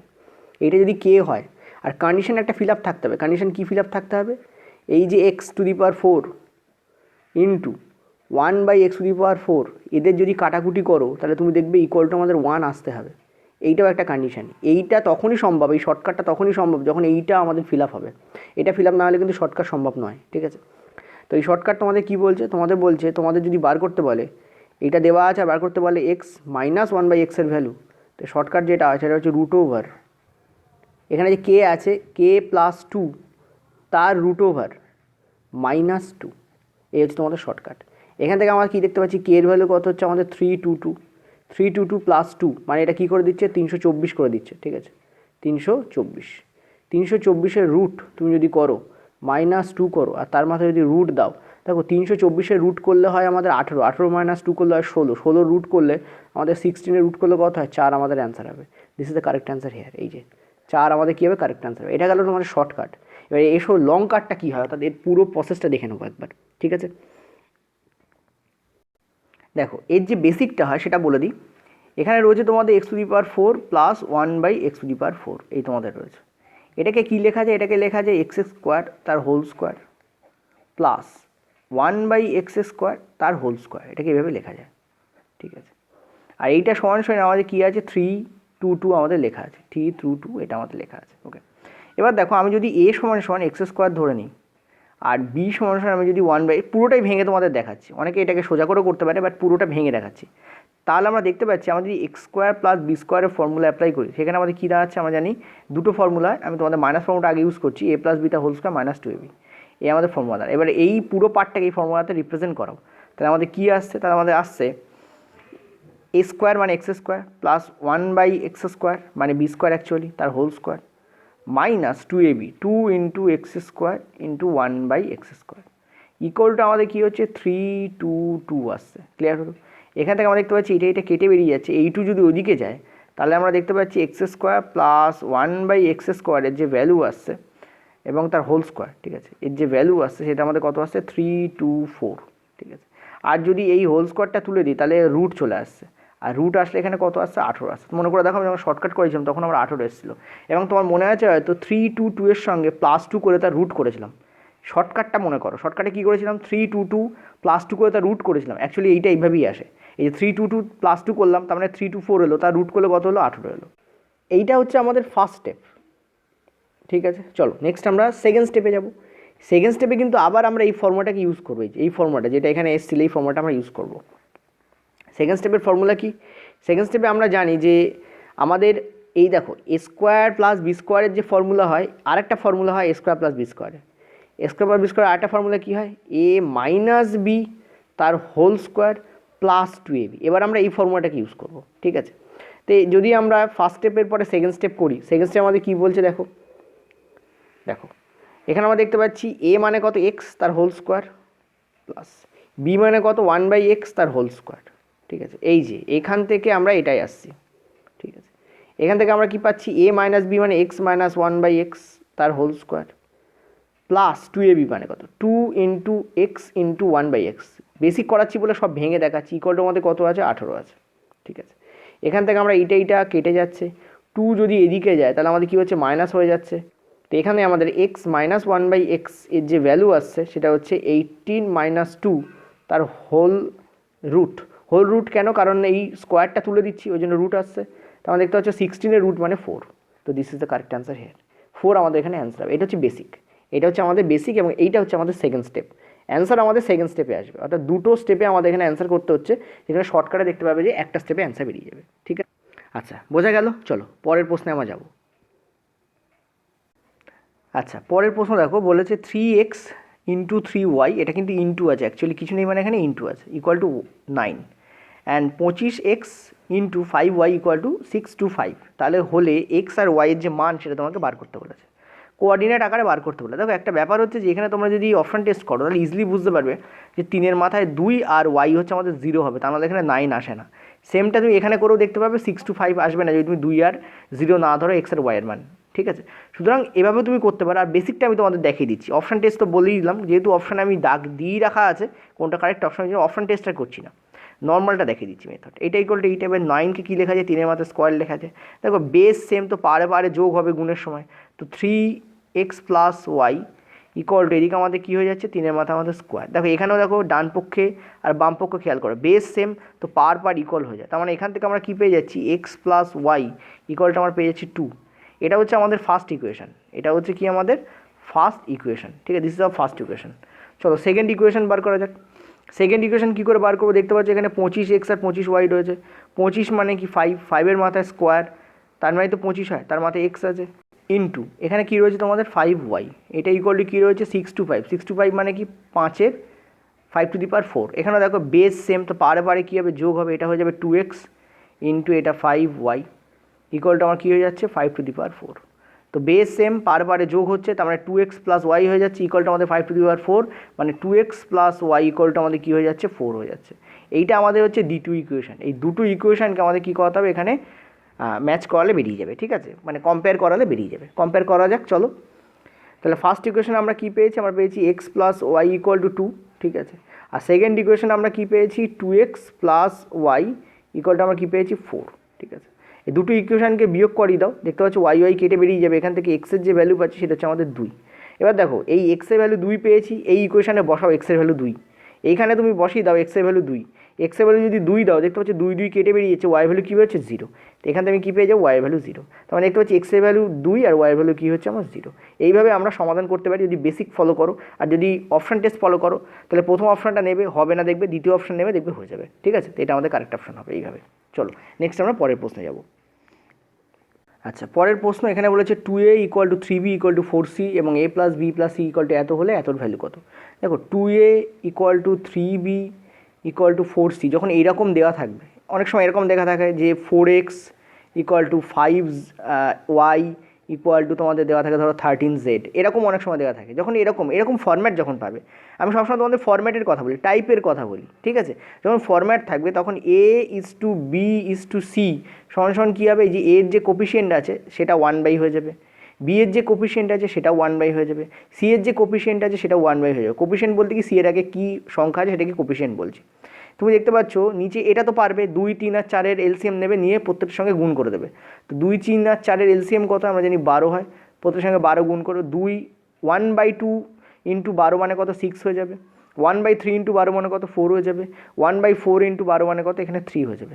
তো এইটাই হয়ে যাবে আমাদের এ আর বি আর সি এর আমাদের রেশিও। এখন দেখো এখানে বলেছি a plus B plus C এর যোগফল বলেছে আমাদের 13√2, আর এখানে দেখতে পাচ্ছি a:b:c আমাদের কত হচ্ছে 3, এদের যোগফল কত হচ্ছে, জাস্ট এ মিনিট, ইয়েস, এদের যোগফল কত হচ্ছে আমাদের দেখতে পাচ্ছি 13 হচ্ছে। তো 13-এর ভ্যালু হচ্ছে 13√2, ওকে। তাহলে 1 ইউনিটের ভ্যালু কত হচ্ছে আমাদের দেখতে পাচ্ছি √2, 1 ইউনিটের ভ্যালু যদি √2 হয়, এর ভ্যালু কত 6, বি এর ভ্যালু কত 4, সি এর ভ্যালু কত 3। এবার দেখো তাহলে এর ভ্যালু 6 ইউনিটের ভ্যালু কত হবে, এর ভ্যালু 6 ইউনিটের ভ্যালু কত হবে 6√2, ঠিক আছে। বি এর ভ্যালু কত, বি এর ভ্যালু হচ্ছে 4, 1 ইউনিটের ভ্যালু যদি √2 হয় তাহলে বি এর ভ্যালু হচ্ছে 4, তাহলে 4 ইউনিটের ভ্যালু কত হবে 4√2, জাস্ট গুণ হয়ে যাবে। সি এর ভ্যালু কত আছে আমাদের 3, 1 ইউনিটের ভ্যালু, এই যে এইটা 1 ইউনিটের ভ্যালু যদি আমাদের 2√2 হয় তাহলে সি এর ভ্যালু হচ্ছে 3 ইউনিটের ভ্যালু কত হবে 3√2। তবে এ আর বি আর সি আমরা পেয়ে গেছি, এবার এই ইকুয়েশনে বসিয়ে দাও, অ্যান্সার বেরিয়ে যাবে, ঠিক আছে। Put here in this equation, just a minute, okay. এই ইকুয়েশনে বসিয়ে দাও, অ্যান্সার বেরিয়ে যাবে। তো এই ইকুয়েশনে যদি বসাও, এখানে হচ্ছে a² মানে কি 6√2 তার হোল স্কোয়ার, ঠিক আছে, প্লাস b² মানে কত 4√2 তার হোল স্কোয়ার, ওকে। আর c² কী আছে 3√2 তার হোল স্কোয়ার, 3√2 তার হোল স্কোয়ার, ঠিক আছে। জাস্ট অ্যান্সার করো, দেখতে পাচ্ছ √2 এর স্কোয়ার করলে 2 হয়, আর 6 এর স্কোয়ার করলে 36 হয়, 36 ইন্টু √2 মানে এখানে হচ্ছে 72, প্লাস এখানে দেখতে পাচ্ছি √2 এর স্কোয়ার করলে 2 হয়, আর 4 এর স্কোয়ার করলে 16 হয়, 16 ইন্টু 2 মানে কত 32, প্লাস এখানে দেখতে পাচ্ছ √2 এর স্কোয়ার করলে 2 হয়, আর 3 এর স্কোয়ার করলে 9 হয়, 9 ইন্টু 2 মানে কত 18। যোগফল করে তুমি দেখবে, দেখো এটাকে 70 ধরো, এটাকে 30 ধরো, 70 আর 30 কত 100, আর এখানে 2 + 2 মানে 4, তার মানে 104 আর 18 করলে কত 122 হয়। This is the correct answer here. দেখতে পাচ্ছ অপশানে তোমাদের 122ই মার্ক করা আছে, ঠিক আছে। এবারে তোমরা ক্যালকুলেট করে দেখে নিতে পারো, ওকে। চলো নেক্সট আমরা পরের প্রশ্নে যাব। পরের প্রশ্ন দেখতে পাচ্ছ কি বলা রয়েছে, একটা কোম্পানির ব্যয়পত্র দেওয়া আছে এখানে, এবং কোন কোন খাতে কী কী ব্যয় হয়েছে সেটাও দেওয়া আছে, কাঁচামাল, ঋণ ও সুদ, বেতন, বিবিধ কর, ঠিক আছে। এটাকে আমরা ফোকাস করবো কারণ প্রশ্ন করের উপর রয়েছে। বলেছে 2014 থেকে 2018 মানে টোটাল 2014, 15, 16, 17, 18 এই 5টা যে সাল দেওয়া রয়েছে, সেই সালের কর হিসেবে সংস্থার আনুমানিক গড় কত, মানে কি করতে হবে, এই সব কটা ডিজিটকে যোগ করে কতগুলো ডিজিট সেটা দিয়ে ভাগ করতে হবে। তার মানে 1, 2, 3, 4, 5টা ডিজিট, কারণ 5টাই সাল আছে, তো টোটাল যোগ করে 5 দিয়ে ভাগ করে অ্যান্সার বেরিয়ে যাবে। দেখো এই যে যোগ করে ভাগ, এটা শুনতে খুব সোজা লাগে, কিন্তু মুশকিল হচ্ছে অনেকেই এই যোগ করতে গিয়ে ভুল করবে, ঠিক আছে। তুমি অনেকে পাতিয়ে যোগ করবে, অনেকে যোগ করতে গিয়ে ভুল করবে। এবার আমি বলবো এই যোগটাকে অনেক সহজ পদ্ধতিতে করা যায়। একটু দেখিয়ে দিই, প্রাথমিক অবস্থায় মনে হতে পারে টাফ, কিন্তু যখন বড় বড় ভ্যালু দেবে, ধরো এটা 47 না দিয়ে 453 দিল, বা ধরো এটা দিল 556 দিল, তখন কিন্তু এই 556, 400 এগুলো করতে গিয়ে অনেকের প্রবলেম হয়। তো শর্টকাট কীভাবে ইউজ করবে একটু দেখে নাও, সলিউশন কী করে হয়। দেখো এই সব কটাকে তুমি 60 ধরে নাও। 60 কেন ধরতে বলছি, কারণ তুমি দেখতে পাচ্ছ এই সংখ্যাগুলো প্রায় 60-এর আশেপাশে। তো যদি সব কটাই 60 হতো তাহলে আমাদের 60 × 5 হয়ে যেত আমাদের যোগফল, অর্থাৎ 300 হয়ে যেত, ঠিক আছে। কিন্তু মুশকিল হচ্ছে সব কটা তো 60 নয়, আমি ইমাজিনেশানে ধরছি 60, আমি কল্পনায় ধরছি 60, কিন্তু সব কটা তো 60 নয়। একটা হচ্ছে 57, একটা হচ্ছে 56, একটা হচ্ছে 61, একটা হচ্ছে আমার 63, একটা হচ্ছে আমার কত 69, ঠিক আছে। তুমি বলো এটা 60-এর থেকে কত বেশি, 69, 61কেই দেখি, এটা হচ্ছে দেখতে পাচ্ছি +1, বেশি বলে +1 দিচ্ছি, ঠিক আছে। বেশি বলে কি দিচ্ছি আমি +1। এটা 60-এর থেকে কত বেশি, আমি দেখতে পাচ্ছি +3 বেশি, ঠিক আছে। এটা 60-এর থেকে কত বেশি, আমি দেখতে পাচ্ছি +9 বেশি। এটা 60-এর থেকে কত কম, আমি দেখতে পাচ্ছি -4, মাইনাস কেন দিলাম, কম তাই 60 থেকে, কারণ সব কটাকে আমি 60 ধরেছি, সেই জন্যই তো আমার 300 এসছে। এবার কম্পারেটিভ করছি, এখানে আমি দেখতে পাচ্ছি কত আসছে, আমার আসছে 13 এবং -13, কারণ 60 থেকে কম। দেখতে পাচ্ছি এইটা যোগ করলেও +4, এটা -4, দেখো উড়ে বেরিয়ে গেল। এবার দেখতে পাচ্ছি -13, এখানে +4, তাহলে এই জায়গায় আমি দেখতে পাচ্ছি আমার যে বিয়োগ যদি করি তাহলে দেখতে পাচ্ছি মাইনাস এখানে কী আসছে 4 আসছে। সো আমাদের যে ওভারঅল যে যোগ এসেছিলো যখন আমরা 60 ধরেছিলাম, আর এখানে আমাদের কী হচ্ছে -4 আসছে, এই 300 থেকে -4 কমিয়ে দাও, সেটাই আমার তোমার যোগফল। তো যোগফল এখানে কত হবে 296 will be the correct answer, মানে যোগফল তোমাদের কত হবে 296, অর্থাৎ এই এই যে 5টা সংখ্যা আছে, এই 5টা সংখ্যাকে যোগ করলে তোমার কত দাঁড়াবে 296। এবার তুমি কী করো, এই 296 থেকে তুমি 5 ভাগ করে দাও, তুমি অ্যান্সার পেয়ে যাবে। কত হবে তোমাদের 59 দেখতেই পাচ্ছ, 59 পয়েন্ট সামথিং হবে, এখানে আনুমানিক বলেছে 59 তোমাদের অ্যান্সার নিয়েছে। তুমি যোগটা কীভাবে করতে পারো, অনেকে বলেছে এই প্রকারে তো তোমার কঠিন লাগছে, দেখো কঠিন কিছু লাগছে না। সবচেয়ে বড় কথা কি, এই প্রকারে করলে তোমার কোনো ভুল হবে বা কারেক্ট অ্যান্সার আসবে না এমন যে ডাউট তোমার থাকবে সেটা কিন্তু হবে না। তুমি দেখবে গ্যারেন্টি তোমার অ্যান্সার আসছে, শুধু প্লাস মাইনাসটাকে ঠিক রাখবে। যখন বাড়বে বেশি হবে, যেমন 60 61 বেশি, তখন প্লাসে ভ্যালু নেবে, যেগুলো কম সেগুলোকে মাইনাসে ভ্যালু নেবে, কম্পেয়ার করবে, দেখবে অ্যান্সার অনেক তাড়াতাড়ি বেরোবে। ঠিক আছে, চলো নেক্সট আমরা পরের প্রশ্নে যাবো। এটাকে আরেকভাবে করা যায়, সেটা হচ্ছে তোমাদের জুনিয়র স্যাটিসফ্যাকশন মেথড। কিন্তু জুনিয়র স্যাটিসফ্যাকশন মেথডে করলে আরও টাইম লাগছে এখানে, যদিও ওটা শর্টকাট, কিন্তু বড় বড় প্রশ্নের ক্ষেত্রে ওটা লাগালে অনেক বেশি টাইম সেভ হয়। ছোটো ছোটো প্রশ্নের ক্ষেত্রে আমি বলবো এইভাবে যোগ করে ভাগ করে দিয়ে অ্যান্সার তোমাদের তাড়াতাড়ি বেরোবে। ঠিক আছে, চলো নেক্সট আমরা পরের প্রশ্নে যাব। আচ্ছা, পরের প্রশ্ন, দুটি ধনাত্মক সংখ্যার গুণফল হচ্ছে এত। তোমাদের বলেছে একটি সংখ্যা যদি অপরটির 1/15 হয় তাহলে সংখ্যা দুটি কত। দেখো তোমরা অপশান টেস্ট করতে পারো সোজা কথা বলতে। ঠিক আছে, একটা সংখ্যা তোমাদের বলেছে 0.6, একটা সংখ্যা তোমাদের বলেছে 1, তো এখানে কত চলে আসছে, 0.6 কি 1-এর 1/15 না, সো এটা তোমাদের অলরেডি কেটে যাচ্ছে। এখানে দেখবে অ্যান্সার এলে তোমাদের ঠিক হবে, এটা তোমাদের ঠিক হবে না, এটা তোমাদের ঠিকও হবে না। সো অপশন টেস্টের মাধ্যমে করতে পারো। আর আমি তোমাদের বেসিক মেথডটা দেখিয়ে দিচ্ছি। বেসিক মেথড হচ্ছে, একটা হচ্ছে তোমাদের এক্স, আর একটা হচ্ছে তার 1/15, মানে এক্সের 1/15। ঠিক আছে, এই দুটো সংখ্যা যদি গুণফল হয় তাহলে আমাদের কত হচ্ছে, 0.60 হচ্ছে। ঠিক আছে, এখান থেকে আমরা কী পাচ্ছি, x² তার ভ্যালু আমরা কী পাচ্ছি, 15। ঠিক আছে, আমরা পাচ্ছি এইটা ইকুয়াল টু কী হচ্ছে আমাদের 0.6। ঠিক আছে, এখান থেকে যদি আমরা x² যদি আমরা ভ্যালু বার করি, আমরা কী পাচ্ছি, আমরা পাচ্ছি যে এটা তোমাদের 60 আছে, তার মানে এখানে আমাদের কী চলে আসছে, 6/100 চলে আসছে বেসিক্যালি। ওপরে আমাদের কী যাচ্ছে, ওপরে আমাদের যাচ্ছে 15। এখান থেকে আমরা কী পাচ্ছি, এটা আমাদের 60 আছে, এখান থেকে আমরা কী পাচ্ছি, 900 পাচ্ছি, বাই আমরা কী পাচ্ছি, 100 পাচ্ছি। তো এক্সের যে ভ্যালু হচ্ছে সেটা আমাদের হচ্ছে 900/100। এখান থেকে আমরা দেখতে পাচ্ছি এটা আমাদের কত আসছে, 3 চলে আসছে। কেন 3 চলে আসবে, দেখো এটাকে রুট করলে হয় 30, এটাকে রুট করলে হয় 10, তো 30/10 মানে 0 0 কেটে যাবে, তো 3 আমাদের থাকবে। তো এক্সের যে ভ্যালু আসবে 3 হবে। দেখো কোন অপশানে 3 আছে, আমরা দেখতে পাচ্ছি একটাই অপশান আমাদের 3 আছে, কারণ পয়েন্টটা এখানে কেটে বার করে দেবে, তো 3 এখানে আমাদের আসবে, তো এটাই আমাদের উত্তর হবে। আর যদি তুমি কী করতে চাও, ওয়াইয়ের ভ্যালু বার করতে চাও, ঠিক আছে, তখন আমরা কী করব, দেখো তখন আমরা যেটা করব, এক্সের ভ্যালু হচ্ছে 3, ঠিক আছে, 3-এর 1/15, 3-এর যদি 1/15 করো তুমি পেয়ে যাবে 0.2, কারণ এটাই আমাদের বড় সংখ্যা। বড় সংখ্যার 1/15 করলে আমরা কী পাবো, ছোটো সংখ্যাটা পাবো। তো ক্লিয়ারলি আমরা দেখতে পাচ্ছি একটা হচ্ছে 3, একটা হচ্ছে আমাদের 0.2 আসবে। তো this is the correct answer here. Okay, চলো নেক্সট আমরা পরের প্রশ্নে যাব। মূল বিন্দু থেকে 4x + 3y + 6 = 0, তাহলে রেখাটির দূরত্ব নির্ণয় করা। দেখো মূল বিন্দু মানে অরিজিন, ঠিক আছে, অরিজিন, মূল বিন্দু মানে অরিজিন।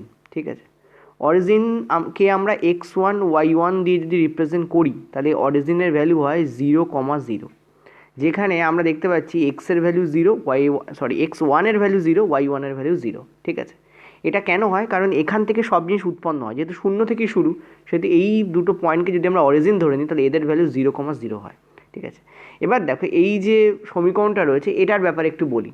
ঠিক আছে, এই সমীকরণের ক্ষেত্রে আমরা দেখতে পাচ্ছি এটা 4x, ঠিক আছে, এটা লিনিয়ার ইকুয়েশন, 3y + 6 = আমাদের 0 দেওয়া রয়েছে। ঠিক আছে, একটা জিনিস ভালো করে দেখবে, এই যে এখানে 4x দেওয়া রয়েছে, এটাকে আমরা লিখি ax, এটাকে আমরা লিখি by, এটাকে আমরা লিখি c = 0। এবার মাথা রাখবে যখন আমরা a কে বলবো তখন এর সাইন সমেত বসবে। ঠিক আছে, মানে এখানে a বলতে বোঝানো হচ্ছে +4কে, ঠিক আছে, বি বলতে বোঝানো হচ্ছে +3কে। ধরো সাপোজ এইখানে আমাদের মাইনাস আছে, মাথা রাখবে এখানে আমাদের মাইনাস আছে, এটা তো এইরকমই হবে, কিন্তু বি কিন্তু এখানে -3 হয়ে যেত যদি এখানে মাইনাস থাকতো, প্লাস না হয়। ওকে, আর সি আমাদের কী হবে, +6 হবে। ওকে, এবার এখান থেকে যে ফর্মুলা ডিরাইভ হয় সেটাও তোমাদের দেখাই। যে ফর্মুলা এখান থেকে ডিরাইভ হয় সেটা হচ্ছে a × x1। দেখো পয়েন্ট টু বি নোটেড, এখানে কিন্তু এক্স লেখা আছে, তাহলে x1 কোনটা, এইটা কিন্তু x1, এটা হচ্ছে ইম্পর্ট্যান্ট। ঠিক আছে, প্লাস b × y1, ঠিক আছে, প্লাস সি বাই রুটের মধ্যে a² প্লাস b²। এবং মনে রাখবে এখানেও কিন্তু যা বসবে a b c এর ভ্যালু সব সাইন সমেত বসবে এই ইকুয়েশনটাতে বা এই ফর্মুলাতে। তো এই ফর্মুলাতে তুমি বসালে তুমি এখানে অ্যান্সার পেয়ে যাবে। ঠিক আছে, চলো ফর্মুলা বসানো যাক। তো যদি আমরা ফর্মুলা ইউজ করি তুমি দেখতেই পাচ্ছ যে এখানে a মানে হচ্ছে আমাদের 4, x1 মানে হচ্ছে আমাদের 0, y1 মানেও কিন্তু আমাদের 0, তার মানে এই পুরো ভ্যালু আর এই পুরো ভ্যালু আমাদের 0 দেবে, ঠিক আছে। তাহলে সি এর ভ্যালুটা এখানে বসবে, সি এর ভ্যালু কত 6, এই যে সি হচ্ছে 6, এখানে আমাদের ওপরে কী আসবে 6 আসবে। এবার তুমি দেখো অপশানে কোথায় আমাদের 6 রয়েছে, একটাতেই আছে, তো এটা আমাদের অ্যান্সার হবে। আর আমাদের নিচেরটা না করলেও চলবে। এবার যদি কেউ নিচেরটা করতে চায় সেক্ষেত্রে তুমি দেখতে পাচ্ছ এ স্কোয়ার মানে কত, এ মানে কত, এ মানে হচ্ছে 4, এই যে এ মানে হচ্ছে 4, তাহলে 4 স্কোয়ার প্লাস বি মানে কত 3 স্কোয়ার, তাহলে 4 স্কোয়ার মানে 16, বি স্কোয়ার মানে হচ্ছে, আমি লিখেও দিচ্ছি, 4 স্কোয়ার মানে হচ্ছে 16, আর বি স্কোয়ার মানে 3 স্কোয়ার মানে হচ্ছে 9, ঠিক আছে। এখান থেকে যদি তুমি ক্যালকুলেট করো তুমি দেখতে পাচ্ছ, সরি ইয়েস, তুমি দেখতে পাচ্ছ নিচে আসছে আমাদের, ওপরে আসছে আমাদের 6, নিচে আসছে আমাদের 25-এর রুট, তার মানে 5, ঠিক আছে। That is why it is answer is 6:5, sorry 6/5, this is the correct answer here. Okay, চলো নেক্সট আমরা পরের প্রশ্নে যাব। ফর্মুলা হচ্ছে এইটা। ওকে, আমি আবারও বলছি, এই ধরনের যে অঙ্ক আমি তোমাদের নেক্সট দিন রাখবো, কালকেই রাখবো, ঠিক আছে। এই ধরনের অঙ্ক আমি তোমাদের কালকে রাখবো, এবং শুধু এই টাইপের না। এবার সাপোজ ধরো এখানে x1 y1 0 0 না হয় অন্য কিছু হলো, তখন কি হবে? তখন same formula will be same, ক্যালকুলেশনটা করে তোমাদের নেক্সট দিন দেখাবো, ঠিক আছে। এই টাইপের আরও কী কী মেথড আছে বা এই টাইপের আরও কী কী প্রশ্ন আছে সেগুলো তোমাদের নেক্সট দিন বলবো। চলো আমি পরের প্রশ্নে যাব। আচ্ছা, পরের প্রশ্ন, এই প্রশ্নটা আমি তোমাদের অপশান একটু মুছে দিয়েছি, নিজে একটু ট্রাই করো। অনেকে বলে যে অপশান একটু মুছে দিন স্যার, তাহলে সুবিধা হয়। চলো আমি মুছে দিয়েছি, নিজেরা একটু ট্রাই করো। 12 বছরে চক্রবৃদ্ধি হারে কিছু টাকা দ্বিগুণ হয়, তাহলে সেই টাকা 4 গুণ হতে কত সময় লাগবে? দেখো দ্বিগুণ হচ্ছে মানে ছিল ধরো এক্স, হয়ে যাচ্ছে 2x, দ্বিগুণ হচ্ছে কত সময় লাগছে 12 বছর, আবার সেটা দ্বিগুণ হবে তবেই তো এক্স থেকে 4x হবে, তাহলে আবার কত টাইম লাগবে? 12 বছর, 12 12 24 বছর টাইম লাগবে, ঠিক আছে। দেখে নাও অপশান, ইয়েস কারেক্ট অপশান। কী বললাম অনেকে বুঝতে পারেনি। দেখো টাকা আছে সাপোজ ধরো সেটা এক্স, সেই টাকাটা কী হচ্ছে 2x হয়ে যাচ্ছে, দ্বিগুণ কথার মানে কি 2x হওয়া, ঠিক আছে। সেটা দ্বিগুণ হচ্ছে মানে এর সঙ্গে 2 ইন্টু হচ্ছে, এবং এই 2 যে ইন্টু হচ্ছে কত বছরে হচ্ছে, এটা 12 বছরে হচ্ছে, তাহলে আবার ইন্টু 2 হবে, কারণ 4 গুণ হতে বলেছে, তবেই তো সেটা 4x হবে। এই দেখো না, ছিল এক্স, শেষ পর্যন্ত গিয়ে থামছে কোথায় 4x-এ, মানে এক্স থেকে 4x যাচ্ছে, মানে 4 গুণ হচ্ছে, দ্বিগুণ হতে 12, তাহলে আবার ইন্টু 2 তবেই তো 4x হবে, তাহলে আবার 12 টাইম লাগবে, অর্থাৎ 12 + 12 টোটাল টাইম কত লাগবে? 24 টাইম লাগবে। ক্লিয়ার হলো? অর্থাৎ 24 বছর will be the correct answer. এটাকে অঙ্ক না করেও মুখে মুখে অ্যান্সার দেওয়া যায়। ওকে, তুমি চাইলে ওই যে ফর্মুলা আছে সেটা অ্যাপ্লাই করতে পারো, কিন্তু ফর্মুলা অ্যাপ্লাই করলে কী হবে, তোমার দেরি হবে। কনসেপচুয়ালি ভাবো, দেখবে তাড়াতাড়ি হবে। চলো নেক্সট আমরা পরের অঙ্কে যাব। আচ্ছা, এটাও তোমাদের ইজি প্রশ্ন। 3টে সংখ্যা আছে যাদের এই অনুপাতে রাখা হয়েছে, তাদের গসগু বলেছে 8, তাদের লসগু কত? ঠিক আছে, কী হবে দেখো, একটা সংখ্যা হবে 8, কারণ 8 × 1 মানে 8, আরেকটা সংখ্যা হয়ে যাবে 8 × 2 = 16, আরেকটা সংখ্যা হয়ে যাবে 8 × 3 কত হবে তোমাদের, সরি 24, ঠিক আছে। কত হবে তোমাদের 24, 8 × 3 কত হবে 24। তো তোমাদের এই 3টে সংখ্যার কী বার করতে বলেছে, লসগু বার করতে বলেছে। তুমি বলো 8, 16 আর 24-এর লসগু কত হয়? 48 হয়। তো this is the correct answer here. Clear হলো? চলো নেক্সট আমরা পরের প্রশ্নে যাবো। একদম ইজি প্রশ্ন, অনুপাত দেওয়া থাকলে আর যদি গসগু দেওয়া থাকে কী করবো, অনুপাতের সঙ্গে গসগুকে ইন্টু করে দেবে। 1 × 8 8, 2 × 8 16, 3 × 8 24। তাহলে 3টে সংখ্যা বেরিয়ে গেলে এই হচ্ছে আমাদের প্রথম সংখ্যা, এই হচ্ছে আমাদের দ্বিতীয় সংখ্যা, এই হচ্ছে আমাদের তৃতীয় সংখ্যা, এক্স ওয়াই জেড। তো আমাদের কী বার করতে বলেছে, 3টে সংখ্যার লসগু বার করতে বলেছে। 48 will be the correct answer. Okay, চলো পরের প্রশ্নে। আচ্ছা, পরের প্রশ্ন। আচ্ছা, এই প্রশ্নটা ইংলিশে কেন? তোমরা অনেকে বলবে স্যার আগেরগুলো তো বাংলায় ছিল, এটা কি একই শিফটের প্রশ্ন? ইয়েস, এটা একই শিফটের প্রশ্ন। আসলে কী হয়, অনেকে বাংলায় কিছু কিছু টার্ম টাফ হয় বলে অনেকে সেটাকে ইংলিশে দেখে নেয় একবার। যাই হোক, to complete a given task Imran takes 11 days, Imran 11 দিন নিয়েছে। Tahir takes 15 days, Tahir 15 days নিয়েছে। আমলা টেক্স 13 days, আমলা 13 days নিয়েছে। Working together they finish the task and get 2012 rupees. Total কাজ শেষ করার পরে তারা টোটাল সবাই মিলে কত টাকা পেয়েছে? 2012 টাকা পেয়েছে। What will be the share of Imran provided daily wage is same for all. অর্থাৎ বলতে চাইছি, ইমরান যদি প্রত্যেকের ডেলি ওয়েজ অর্থাৎ প্রত্যেকের পার ডে পারিশ্রমিক একই হয়, তাহলে ইমরান মোট কত টাকা পেয়েছে এই ভাগ থেকে, অর্থাৎ এই 2012 টাকা থেকে ইমরানের ভাগে কত টাকা জুটলো। দেখো একটা জিনিস মাথা রাখবে, এদের ইন্ডিভিজুয়াল ক্যাপাসিটি দেওয়া রয়েছে। ইমরান কাজটা 11 দিনে শেষ করে, তাহির কাজটা 15 দিনে শেষ করে, আর আমলা কাজটা 13 ডেজে শেষ করে ফেলে। ঠিক আছে, এখান থেকে আমরা দেখতে পাচ্ছি ইমরানের ডেজ, তাহিরের ডেজ আর আমলার ডেজের যে রেশিও আসবে 11:15:13। মনে রাখবে ডেজের যে রেশিও আসে তার উল্টো হয়, মানে 1/, হয়ে যায় টাকার রেশিও। তাহলে আমি যদি এখানে রুপিজের রেশিও লিখি, ইমরানের জন্য আই ফর ইমরান, তাহিরের জন্য অ্যান্ড আমলার জন্য, সেটা আমার কি আসবে, সেটা আমার আসবে 1/11। ঠিক আছে, এখানে আমরা আসবে 1/15, আর এটা আমার আসবে 1/13। এই হচ্ছে আমার রেশিও আসবে। কিসের রেশিও? টাকার রেশিও। অর্থাৎ ইমরানের ভাগে যে টাকাটা জুটবে সেটা হচ্ছে 1/11 ইউনিট, তাহিরের ভাগে 1/15 ইউনিট, আমলার ভাগে 1/13 ইউনিট। মানে এদের যে ডেজ থাকে তার উল্টো হয়ে যায়। এখন ম্যাথামেটিক্যালি উল্টো বলতে 1/, বোঝায়, ঠিক আছে, রিভার্স বোঝায়, ঠিক আছে। এবার এখান থেকে আমি যদি দেখি এরকম তো রাখতে পারবো না, আমাকে ঠিকঠাক করতে হবে। কী করে ফেলি? নিচে যা আছে অর্থাৎ 11, 15 আর 13 এদের এলসিএম নিয়ে গুণ করে দেবো। তো এদের এলসিএম কী হবে? 11 ইন্টু, এদের এলসিএম কী হবে? এরা তো সবাই মৌলিক সংখ্যা, তো 11 ইন্টু 15 ইন্টু 13 হবে, ঠিক আছে, এই আমাদের এলসিএম হবে। তুমি বলো 1/11 দিয়ে আমি যদি এটাকে কাটি তাহলে 11 কেটে বেরিয়ে যাবে, তাহলে কত থাকবে? 15 ইন্টু 13 থাকবে। তো এই ভ্যালুটা আমার কী হয়ে যাবে? বেসিক্যালি 15 ইন্টু 13 হয়ে যাবে, ঠিক আছে। নেক্সট 15 দিয়ে যদি এটাকে কাটি কী থাকবে? 11 ইন্টু 13 থাকবে। তার মানে এখানে এই ভ্যালুটা কী হয়ে যাবে? 11 ইন্টু 13 হয়ে যাবে, ঠিক আছে। নেক্সট পরেরটা আমি দেখতে পাচ্ছি 13 আছে, 13 দিয়ে এটাকে কাটলে কী হবে? 11 ইন্টু 15 থেকে যাবে, ঠিক আছে, 11 ইন্টু 15 হয়ে যাবে এটাকে। এখানে যদি আমি দেখি এটার ভ্যালু কত আসছে, আমি দেখতে পাচ্ছি এটা আসছে 19, 5 নং 45, 5। এটা আমাদের কত আসছে? 143। এটা আমাদের কত আসছে? 165, ঠিক আছে, এই আমাদের আসবে। এবার একটা জিনিস দেখো, আমি দেখতে পাচ্ছি যে ইমরানের ভাগে তাহলে 195 ইউনিট টাকা জুটবে, তাহিরের ভাগে জুটবে হচ্ছে 143 ইউনিট, তাহির পাবে, আর আমলা পাবে হচ্ছে 165 ইউনিট। এদের যোগফল, এদের যদি আমি যোগ করে দিই তাহলে আমি টোটাল রুপিস পেয়ে যাবো, ইউনিটে পাবো। এদের যোগফল কত হচ্ছে দেখো, 195 ইউনিট, ঠিক আছে। টোটাল টাকাতে দেওয়া আছে 2012, কিন্তু আমরা যদি এদেরকে যোগ করি, এ পেয়েছে এত ইউনিট টাকা, এ পেয়েছে এত ইউনিট, এ পেয়েছে এত ইউনিট, ইউনিটে মোট টাকা কত হচ্ছে? আমরা দেখতে পাচ্ছি 5 আর 5 10 আর 3 13, 3 হাতে থাকলে 1, 19 আর 1 20, 20 আর 14 হচ্ছে 34, 34 আর 16, ঠিক আছে, 34 আর 16, 34 আর 6 হচ্ছে 40, আর 10 হচ্ছে 50।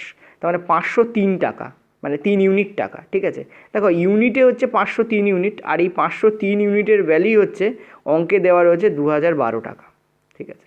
তাহলে 503 ইউনিটের ভ্যালু যদি 2012 টাকা হয়, 1 ইউনিটের ভ্যালু কী হবে? 2012/503 কত হবে? সেটা আমরা দেখতে পাচ্ছি 4 ইউনিট হবে, 4 রুপিস হবে। তোমাকে কি জিজ্ঞেস করেছে যে ইমরানের ভাগে কত টাকা জুটবে, মানে এই 195 ইউনিটের ভ্যালু জিজ্ঞেস করেছে। দেখো 1 ইউনিটের ভ্যালু যদি 4 রুপিস হয় তাহলে 195 ইউনিটের ভ্যালু আমার কত দাঁড়াবে? 4 ইন্টু 195, ঠিক আছে, অর্থাৎ 20 আর 76 আর 2 মানে 78, 780 টাকা। এটা আমাদের অ্যান্সার হবে। This is the correct answer here. Clear হলো? This is the correct answer here. 503 ইউনিটের ভ্যালু যদি 2012 টাকা হয়, 1 ইউনিটের ভ্যালু কত দাঁড়াবে? 4 টাকা। 195 ইউনিটের ভ্যালু কত দাঁড়াবে? 4 ইন্টু 195 মানে 780 টাকা। দেখো এই অঙ্কটা কিন্তু মুখে মুখে করা যায়, তোমাদের বোঝাচ্ছি বলে এত টাইম লাগছে। আমি কোথা থেকে স্টার্ট করবো বলি, হ্যাঁ আমাকে কী করতে হবে? এই গুণগুলোর জন্য আমাকে একটু লিখতে হবে। আমি যখন স্টার্ট করবো, যদি অঙ্কটা আমি পরীক্ষার সময় করতাম, আমি কী করতাম? 195 লিখতাম, 143 লিখতাম এবং 165 লিখতাম, তিনটাকে যোগ করতাম, 503 হতো। 503-এর ভ্যালু এটা, তো 195 ভ্যালু কত হয়? শুধু এইটুকু দিয়ে অঙ্কটা হতো। আমি এই লাল কালিতে বা সবুজ কালিতে প্রথম দিকে যা লিখেছি এইসব, এগুলো আমি কিছু লিখবো না। পরীক্ষার সময় যখন আমি করবো এগুলো আমার মেন্টাল ক্যালকুলেশনে চলবে, মাথায় চলবে। ক্লিয়ার হলো? চলো নেক্সট পরের প্রশ্নে দেবো। বলেছে এই retailer buys 20 pen at the mark price of 15 pens from a wholesaler. অর্থাৎ একজন ক্ষুদ্র ব্যবসায়ী একজন বড় ব্যবসায়ীর কাছ থেকে 15টি পেনের ধার্য মূল্যে, মার্কড প্রাইস মানে কি? মার্কড প্রাইস মানে হচ্ছে ধার্য মূল্য। 15টি পেনের ধার্য মূল্যে 20টি পেন কিনেছেন। Buys 20 pens at marked price of 15 pens from a wholesaler, বড় ব্যবসায়ীর কাছ থেকে। ইফ হি সেলস, যদি তিনি ওই 20টা pen, if he sells this 20 pens, এবং ওই 20টি পেনকে বিক্রি করার সময় তিনি কী করেছেন? Giving a discount of 1%। তিনি কী করেছেন? ওই 20টি পেন বিক্রি করার সময় 1%-এর কী দিলেন? ছাড় দিলেন। ডিসকাউন্ট মানে ছাড়। তো লভ্যাংশ কত? What is the percentage, profit percentage of the retailer? তাই লভ্যাংশ কত হচ্ছে কার? ওই যিনি ক্ষুদ্র ব্যবসায়ী, অ্যাকচুয়ালি ক্ষুদ্র ব্যবসায়ীর কথা উল্লেখ করা উচিত ছিল বাংলায়, তো ক্ষুদ্র ব্যবসায়ীর লভ্যাংশ কত হচ্ছে, ঠিক আছে, তোমরা দেখেও বুঝতে পারছো। তো কী করবো? দেখো ইম্পর্ট্যান্ট জিনিস হচ্ছে, আমি এখানে দেখতে পাচ্ছি তিনি 15টির ধার্য মূল্যে 20টি পেন কিনেছেন। রেশিও মেথডে সলভ করাচ্ছি। এখান থেকে যদি আমরা রেশিও নিই, আমরা কী পাচ্ছি? 3:4, ঠিক আছে, 3:4। ওকে, আমি যা করছি এখানে সবটা আমি রিটেলারের জন্য করছি, রিটেলার, ঠিক আছে, রিটেলারের জন্য আমি এই কাণ্ডটা করছি। এখানে কিন্তু কোনো বড় ব্যবসায়ীর কোনো এখানে কথা হচ্ছে না, ঠিক আছে। রিটেলার 15টা পেনের দামে 20টা পেন কিনছেন, তার মানে লাভ হচ্ছে।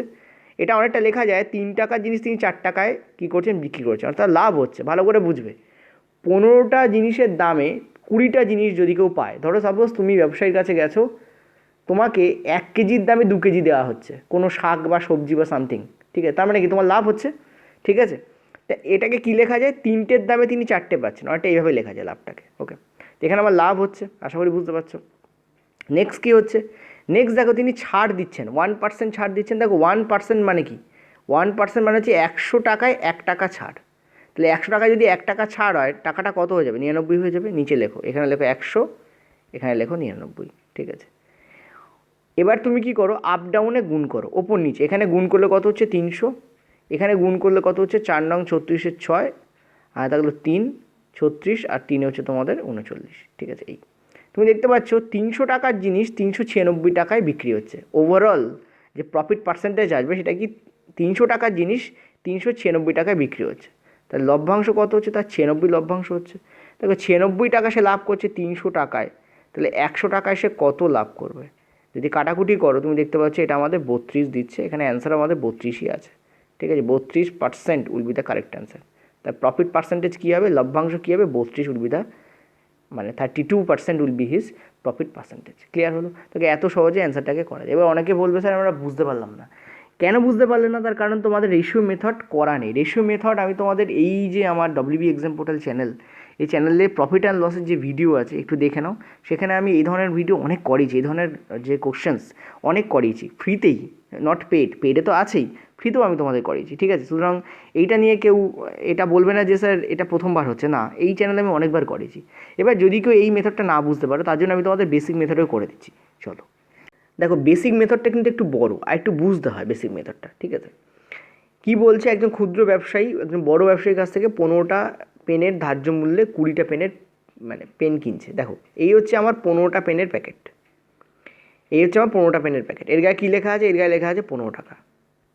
আর এই হচ্ছে আমার 20টা পেনের প্যাকেট, এতে 20টা পেন আছে, এর গায়ে কী লেখা আছে 20 টাকা, ঠিক আছে। বড় ব্যবসায়ী যখন ক্ষুদ্র ব্যবসায়ীকে বিক্রি করছে, বলছে ভাই তুমি যদি 15টা পেনের এই প্যাকেটটা নাও তোমাকে 15 টাকা দিতে হবে, কিন্তু তুমি তো অনেক দিন ধরে আমার কাছে আসছো আর অনেক অনেক জিনিসপত্র নাও, তো এই 20টা পেনের প্যাকেটও আমি তোমাকে 15 টাকাতেই দেবো। তাহলে তুমি বলো, বড় ব্যবসায়ীকে কিন্তু মানে বড় ব্যবসায়ী কিন্তু ক্ষুদ্র ব্যবসায়ীকে কিছু টাকা ছেড়ে দিল, 5 টাকা কিন্তু ছেড়ে দিল, অর্থাৎ ক্ষুদ্র ব্যবসায়ী এখানে কিন্তু একটা লাভ হলো। এটা হচ্ছে ইম্পর্টেন্ট পয়েন্ট, ঠিক আছে।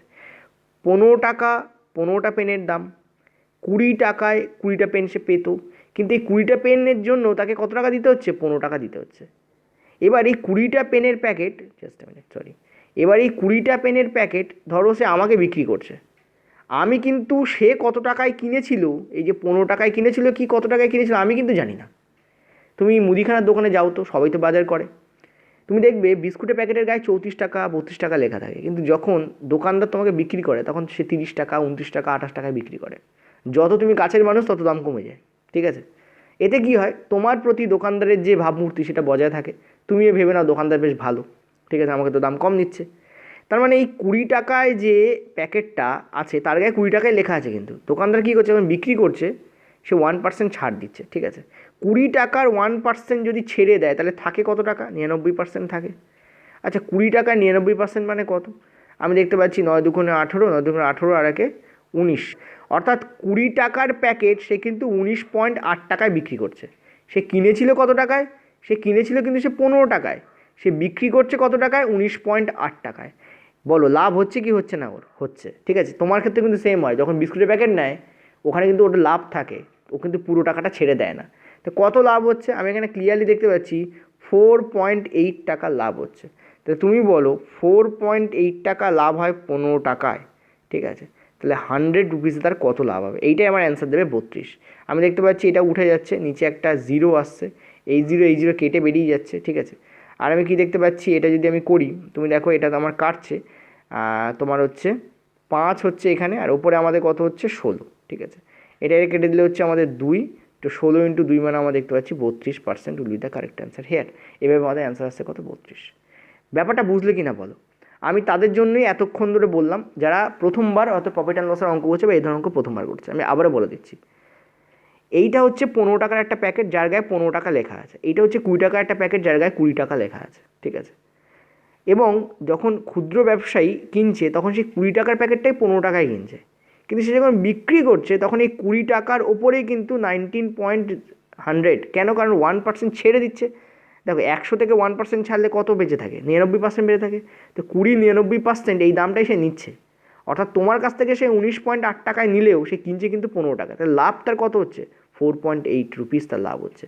কার উপরে, ক্রয় মূল্যের উপরে। তার ক্রয় মূল্য কত ছিল, 15 টাকা। তাহলে 4.8 রুপিস হয় 15 টাকায় লাভ, 100 টাকায় কত লাভ, 32% অ্যান্সার হবে।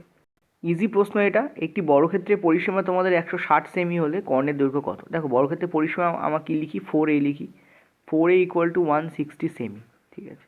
এখান থেকে আমরা এ মানে কি একটা বাহুর দৈর্ঘ্য কত পাচ্ছি আমরা, 40 সেমি পাচ্ছি, ঠিক আছে।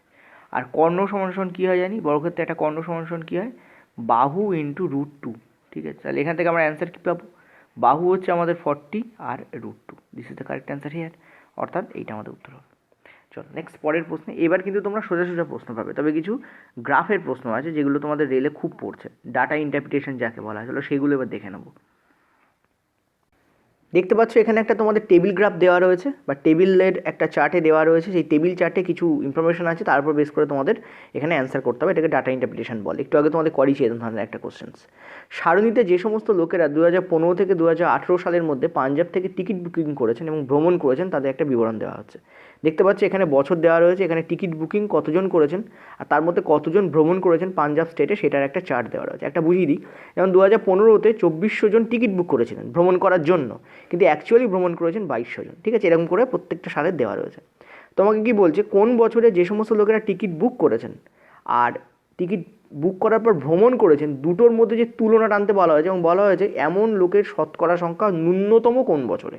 আবারও বলছি, ধরো 2015-তে 2400 জন টিকিট বুক করেছেন, 2200 জন ভ্রমণ করেছেন, তাহলে 2200 জন 2400-র কত পার্সেন্টেজ সেটা বার করতে হবে। এভাবে প্রত্যেকটা সালের বার করতে হবে এবং দেখতে হবে সেই পার্সেন্টেজ ভ্যালুটা সবথেকে কম কোন সালে, সেইটাই আমার এখানে অ্যান্সার হবে।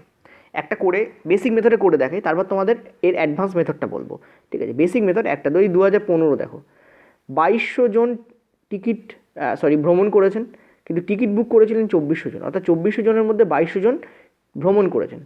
এর পার্সেন্টেজ ভ্যালু কত, কিছু একটা বেরোবে, এক্স বেরোলো সাপোজ ধরো। এইভাবে 2016-তে সাপোজ ধরো ওয়াই বেরোলো, এইভাবে 2017-তে সাপোজ ধরো জেড বেরোলো, আর 2018-তে সাপোজ ধরো পি বেরোলো। দেখা গেল এক্সের ভ্যালু সব থেকে কম, ন্যূনতম ভ্যালু সব থেকে কম, তাহলে সেইটা আমার 2015, তাহলে এখানে অ্যান্সার হয়ে যাবে। এইভাবে তোমাদের অ্যান্সার করতে বলছে। এবার দেখো এই যে ব্যাপারটা, এটা বেশ টাফ। আমি কিন্তু কখনোই পার্সেন্টেজ এখানে ডিরেক্টলি ইউজ করবো না। আমি তোমাদের বলেছি যখনই পার্সেন্টেজের প্রশ্ন আসবে তোমার সেখানে রেশিও ইউজ করো, কারণ পার্সেন্টেজের রেশিও হচ্ছে একই মুদ্রার এপিট আর ওপিট, ভালো করে বুঝবে। এখানে তোমাকে কী বার করতে বলেছে, শতকরা সংখ্যা ন্যূনতম বার করতে বলেছে, অর্থাৎ পার্সেন্টেজ বার করতে বলেছে।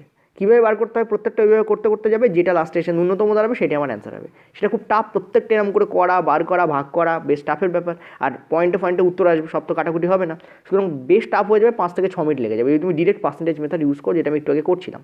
সেটা আমরা করবো না, আমরা এখানে রেশিও মেথড ইউজ করবো। আমি তোমাদের বারবার বলবো, অঙ্ক তুমি কেমন করে দেখছো তার উপর বেস করে সেই অঙ্কটা সহজ না কঠিন তোমার কাছে সেটা কিন্তু দেখা দেবে, ঠিক আছে, অ্যাপিয়ার হবে। চলো করে নেওয়া যাক। আমরা দেখতে পাচ্ছি এখানে 2400 আর 2200 রয়েছে, রেশিও আমার কী হবে, 24:22 হবে, ক্লিয়ার। এখানে রেশিও আমার কী হবে, আমি দেখতে পাচ্ছি 23:20 হবে, ঠিক আছে। এখানে রেশিও আমার কী হবে, আমি দেখতে পাচ্ছি 26:25 হবে, ঠিক আছে। আচ্ছা এখানে রেশিও আমার কী হবে, দেখো এখানে রেশিওটা একটু কাটাকুটি করে নিলে ভালো হয়। তো দেখতে পাচ্ছি এখানে 280, মানে ইনিশিয়ালি আমি কী করছি, এই শূন্য আর এই শূন্য আমি কেটে বাদ দিয়ে দিচ্ছি, তার কত হচ্ছে 280:245 হচ্ছে। এটাকে আবার কাটাকুটি যায়, আমি ক্লিয়ারলি দেখতে পাচ্ছি একদম ডেফিনেটলি কাটাকুটি যাবে, 5 দিয়ে তো কাটাকুটি যাবেই যাবে। এটাকে যদি 5 দিয়ে কাটো, এটা আমার কত হচ্ছে, এটা আমার হচ্ছে 56, এটা আমার কত হচ্ছে 49। এই যে আরও কাটাকুটি করো, 7 দিয়ে কাটাকুটি যাচ্ছে, কত হচ্ছে, এটা হচ্ছে আমার হচ্ছে 8, এটা হচ্ছে আমার 7। তার মানে ভালো করে দেখো, 2015 সালে 24 জন যদি টিকিট বুক করেন, ভ্রমণ করেছেন 22 জন। গ্যাপ কত এখানে, গ্যাপ কত, আমি এখানে গ্যাপ দেখতে পাচ্ছি, আমি এখানে 2-এর গ্যাপ, ঠিক আছে, ওকে। এখানে গ্যাপ কত, আমি দেখতে পাচ্ছি 3-এর গ্যাপ, মানে 23 জন যদি টিকিট বুক করেন তার মধ্যে 20 জন ভ্রমণ করেছে, মানে কতজন করেনি, 3 জন করেনি। এখানে আমি কতর গ্যাপ দেখতে পাচ্ছি, 1-এর গ্যাপ, এখানেও আমি দেখতে পাচ্ছি 1-এর গ্যাপ। মনে রাখবে গ্যাপ যেখানে সবথেকে বেশি সেইখানে শতকরা হবে ন্যূনতম। গ্যাপ কোথায় সবথেকে বেশি, 2016-তে সবথেকে বেশি, তো অ্যান্সার আমাদের কী হবে, 2016 দিলে কারেক্ট অ্যান্সার হবে। এটাও তোমাকে মাথায় রাখতে হবে। তুমি কী করলে, তুমি যেখানে গ্যাপ সবথেকে ন্যূনতম সেটা খুঁজতে আরম্ভ করলে, দেখা গেলো দুটোতে গ্যাপ ন্যূনতম, 26:25 এখানেও 1-এর গ্যাপ, 8:7 এখানেও 1-এর গ্যাপ, দুটোর মধ্যে কোনোটাই এখানে নেই, মানে দুটোই আছে, সো অ্যান্সার তো আমার এখানে ভুল হয়ে যাবে, তা কিন্তু নয়। মনে রাখবে এরকম ধরনের প্রশ্নে রেশিও মেথড তুমি ইউজ করো, অনেকে এই পর্যন্ত বুঝবে স্যার হ্যাঁ স্যার রেশিও মেথড ইউজ করতে হবে, সেটা আমি বুঝতে পেরেছি, কিন্তু গ্যাপের ব্যাপারটাও তোমাকে দেখতে হবে। ন্যূনতম গ্যাপ যেখানে হবে সেটা সব থেকে হাই লেভেল যাবে, কিন্তু সব থেকে বেশি গ্যাপ যেখানে হবে সেটাই সব থেকে ন্যূনতম হবে পার্সেন্টেজে। ঠিক আছে, কেন হয় এটা তাও বলে দিচ্ছি। ধরো সাপোজ তোমার এখানে 4 আছে, এখানে আছে 2, ভালো করে বুঝবে, আর এখানে আছে 4, এখানে আছে 3, মানে এটা অ্যাকচুয়ালি 2/4 মধ্যে, এটা অ্যাকচুয়ালি 3/4 মধ্যে। তুমি বলো যদি পার্সেন্টেজ করো এখানে ইনটু, তুমি দেখবে এটা তোমাদের দেবে 50%। ঠিক আছে, আর এটা যদি পার্সেন্টেজ করো, পার্সেন্টেজে করে দেখাই কেন হয় সেটা বুঝিয়ে দিচ্ছি। ইনটু তোমাদের 100 যদি করো, তুমি দেখতে পাচ্ছ 300/400 এখানে তোমাদের কাটছে 25 হচ্ছে, 25 ইন্টু 3 মানে এখানে হচ্ছে আমাদের 75%। ঠিক আছে, অর্থাৎ তুমি দেখো এখানে গ্যাপ কত ছিল, এখানে দেখতে পাচ্ছি 2-এর গ্যাপ ছিল, এখানে গ্যাপ কত ছিল, 1-এর গ্যাপ। তুমি দেখো গ্যাপ যেখানে কম সেখানে দেখো পার্সেন্টেজ বেড়ে গেছে, দেখো এখানেও 4 ছিল, এখানেও 4, এখানে 2 ছিল, এখানে 3, গ্যাপ এখানে কম ছিল, দেখো পার্সেন্টেজ এখানে বেড়ে গেছে। এখানে দেখো গ্যাপ বেশি ছিল, এখানে দেখো পার্সেন্টেজ দেখো কমে গেছে। এই জন্য তোমাদের বললাম গ্যাপ যেখানে বেশি সব থেকে, সেই জায়গায় কিন্তু পার্সেন্টেজ ন্যূনতম হবে। এইটা দিয়েও তোমাদের একবার প্রমাণ করে দেখালাম যে হয় কি হয় না রিয়েলিটিতে এটা। ঠিক আছে, সে অ্যান্সার আমাদের কথা হবে 2016 কারেক্ট অ্যান্সার। ঠিক আছে, চলো নেক্সট পরের প্রশ্নে। আচ্ছা, পরের প্রশ্ন দেখো, এই প্রশ্নের ক্ষেত্রে আমি ডিজিট সাম তোমাদের ইউজ করতে বলতাম, কিন্তু দেখো প্রথমটার যে ডিজিট সাম আর এইটার যে ডিজিট সাম দেখতে পাচ্ছ সেম হচ্ছে। ঠিক আছে, সেই জন্য আমি ডিজিট সাম মেথড ইউজ করবো না। দুটো অপশানের যদি ডিজিট সাম সেম হয় তখন ডিজিট সাম মেথড ইউজ না করাই ভালো। সেটা থেকেও বাঁচার পদ্ধতি আছে, কিন্তু মুশকিল হচ্ছে সেই পদ্ধতিগুলো এত জটিল যে এক্সাম প্রেশারে সেগুলো ইউজ না করাই ভালো। তার থেকে নর্মালি করো, অ্যান্সার দ্রুত বেরোবে। তুমি বলো কোনটা আগে হয়, আমরা জানি বদমাস রুল অনুযায়ী ভাগ আগে হয়, BOD বদমাস, M তার পরে, মাল্টিপ্লিকেশন কিন্তু তার পরে। তো 27 ইন্টু 4.15 মানে 15, এটা হয়ে যাবে তোমাদের 30.8 বাই তোমাদের 22। ঠিক আছে, এখান থেকে আমরা কি দেখতে পাচ্ছি, যদি আমরা কাটাকুটি করি তাহলে এটা হচ্ছে আমাদের 11। ঠিক আছে, আর উপরে আমাদের যাচ্ছে হচ্ছে 15 অ্যান্ড 4, আর আমরা দেখতেও পাচ্ছি এবং 4 এবং এখানে পয়েন্ট আছে। ঠিক আছে, আমরা কী দেখতে পাচ্ছি, এটা দিয়ে এটাকে ডিরেক্টলি কাটা যায়, 14 হয়, তো এটা 1.4। ঠিক আছে, তার মানে উপরে আমাদের কী যাচ্ছে 27 ইন্টু 4.15। ঠিক আছে, অঙ্ক করছো না, সুতরাং কিছু কিছু ক্ষেত্রে তো তোমাকে ক্যালকুলেশন করতেই হবে। একেবারে যদি ভগবান আসে আর তোমাকে বলে ভাই ক্যালকুলেশন করতে হবে না, তেমন তো হয় না বাস্তবে। ঠিক আছে, তো এটা ইন্টু এটা হবে। ঠিক আছে, এটা ইন্টু এটা হবে। এবার দেখো আমি একটা কাজ করতে পারি, আমি কী করতে পারি, আমি 4 পয়েন্ট তোমাদের 15 মানে 15 না ধরে আমি এটাকে 4 ধরে নিই। যদি আমি এটাকে 4 ধরি, ভালো করে বুঝি, যদি আমি এটাকে 4 ধরি তাহলে দেখে 27 ইন্টু 4 করলে কত হচ্ছে আমার, আমি দেখতে পাচ্ছি 7 4 28 8, হাতে থাকলে 2, 4 2 8 আর 2 কত হচ্ছে 10, আর এদিকে আমার কত আছে 1.5 আছে। ঠিক আছে, তার মানে আমি দেখতে পাচ্ছি 0.4 এখানে আসবেই আসবে, গ্যারেন্টি। ভালো করে বোঝো, 0.4 এখানে আসবেই আসবে, আর এটা যদি যোগ হয় তাহলে আমার কী হচ্ছে মানে 109 আসছে। তার মানে যে ভ্যালু দাঁড়াবে সেটা 109.4-এর থেকে বেশি হবে এবং এর কাছাকাছি হবে। একটাই অপশানে আছে। তুমি বলবে স্যার আপনি তো বললেন না 109.4-এর কাছাকাছি দাঁড়াবে এবং তার থেকে বেশি হবে, তো এই অপশানটা আপনি নিচ্ছেন না কেন? এর কারণ দেখো 0.15 ছিল এখানে, 0.15 ছিল। ঠিক আছে, 0.15 ইন্টু 27 করলে যে ভ্যালু দাঁড়াবে সেটা এখানে একটু বেশিই হবে। যদি যোগ থাকতো আমি এটাকেই নিতাম, কিন্তু এখানে তো মাল্টিপ্লিকেশান রয়েছে।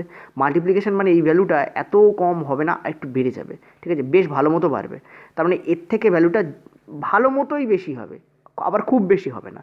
এটা তোমার প্র্যাকটিস ডিপেন্ড করে বলবে। তো অ্যান্সার আমাদের কিন্তু এটাই হবে। এবার তুমি যদি চাও তুমি সামান্য ক্যালকুলেশনটা করে দেখতে নিতে পারো যে এটাই আমাদের অ্যান্সার আসবে। ঠিক আছে, অনেক আছে রিলায়েবল হলো না মেথডটা, কিন্তু ব্যাংকের পরীক্ষায়, এটা যদি এনটিপিসির পরীক্ষা, তুমি চান্স পাবে এই ধরনের ম্যাথগুলো ক্যালকুলেশন করে দেখে নেওয়ার। কিন্তু যদি ব্যাংকের পরীক্ষা হতো তোমাকে এরকম হিট অ্যান্ড ট্রায়াল ইউজ করতে হতো, কারণ ব্যাংকের পরীক্ষায় অ্যাসপিরেন্সটা খুব কম টাইম পায়, অত্যন্ত কম টাইম পায়, আর এই ধরনের প্রশ্ন বেশি থাকে। ক্লিয়ার? চলো নেক্সট। আজকে তার প্রশ্ন নেই, এটা আমাদের লাস্ট প্রশ্ন ছিল। আর ভিডিওটা ভালো লাগলে লাইক শেয়ার অ্যান্ড সাবস্ক্রাইব অবশ্যই করো। প্রথম দিকে আমি তোমাদের কিন্তু ভালো ভালো কিছু প্রশ্ন করেছি, এরকম ধরনের ভালো ভালো শিফটের প্রশ্ন আমি রাখবো। দেখো প্রশ্ন ভালো বা খারাপ ম্যাটার করে না, প্রশ্ন পরীক্ষায় এসছে এটা ম্যাটার করে, আর এই ধরনের প্রশ্ন আমাদের প্র্যাকটিস করতেই হবে। ঠিক আছে।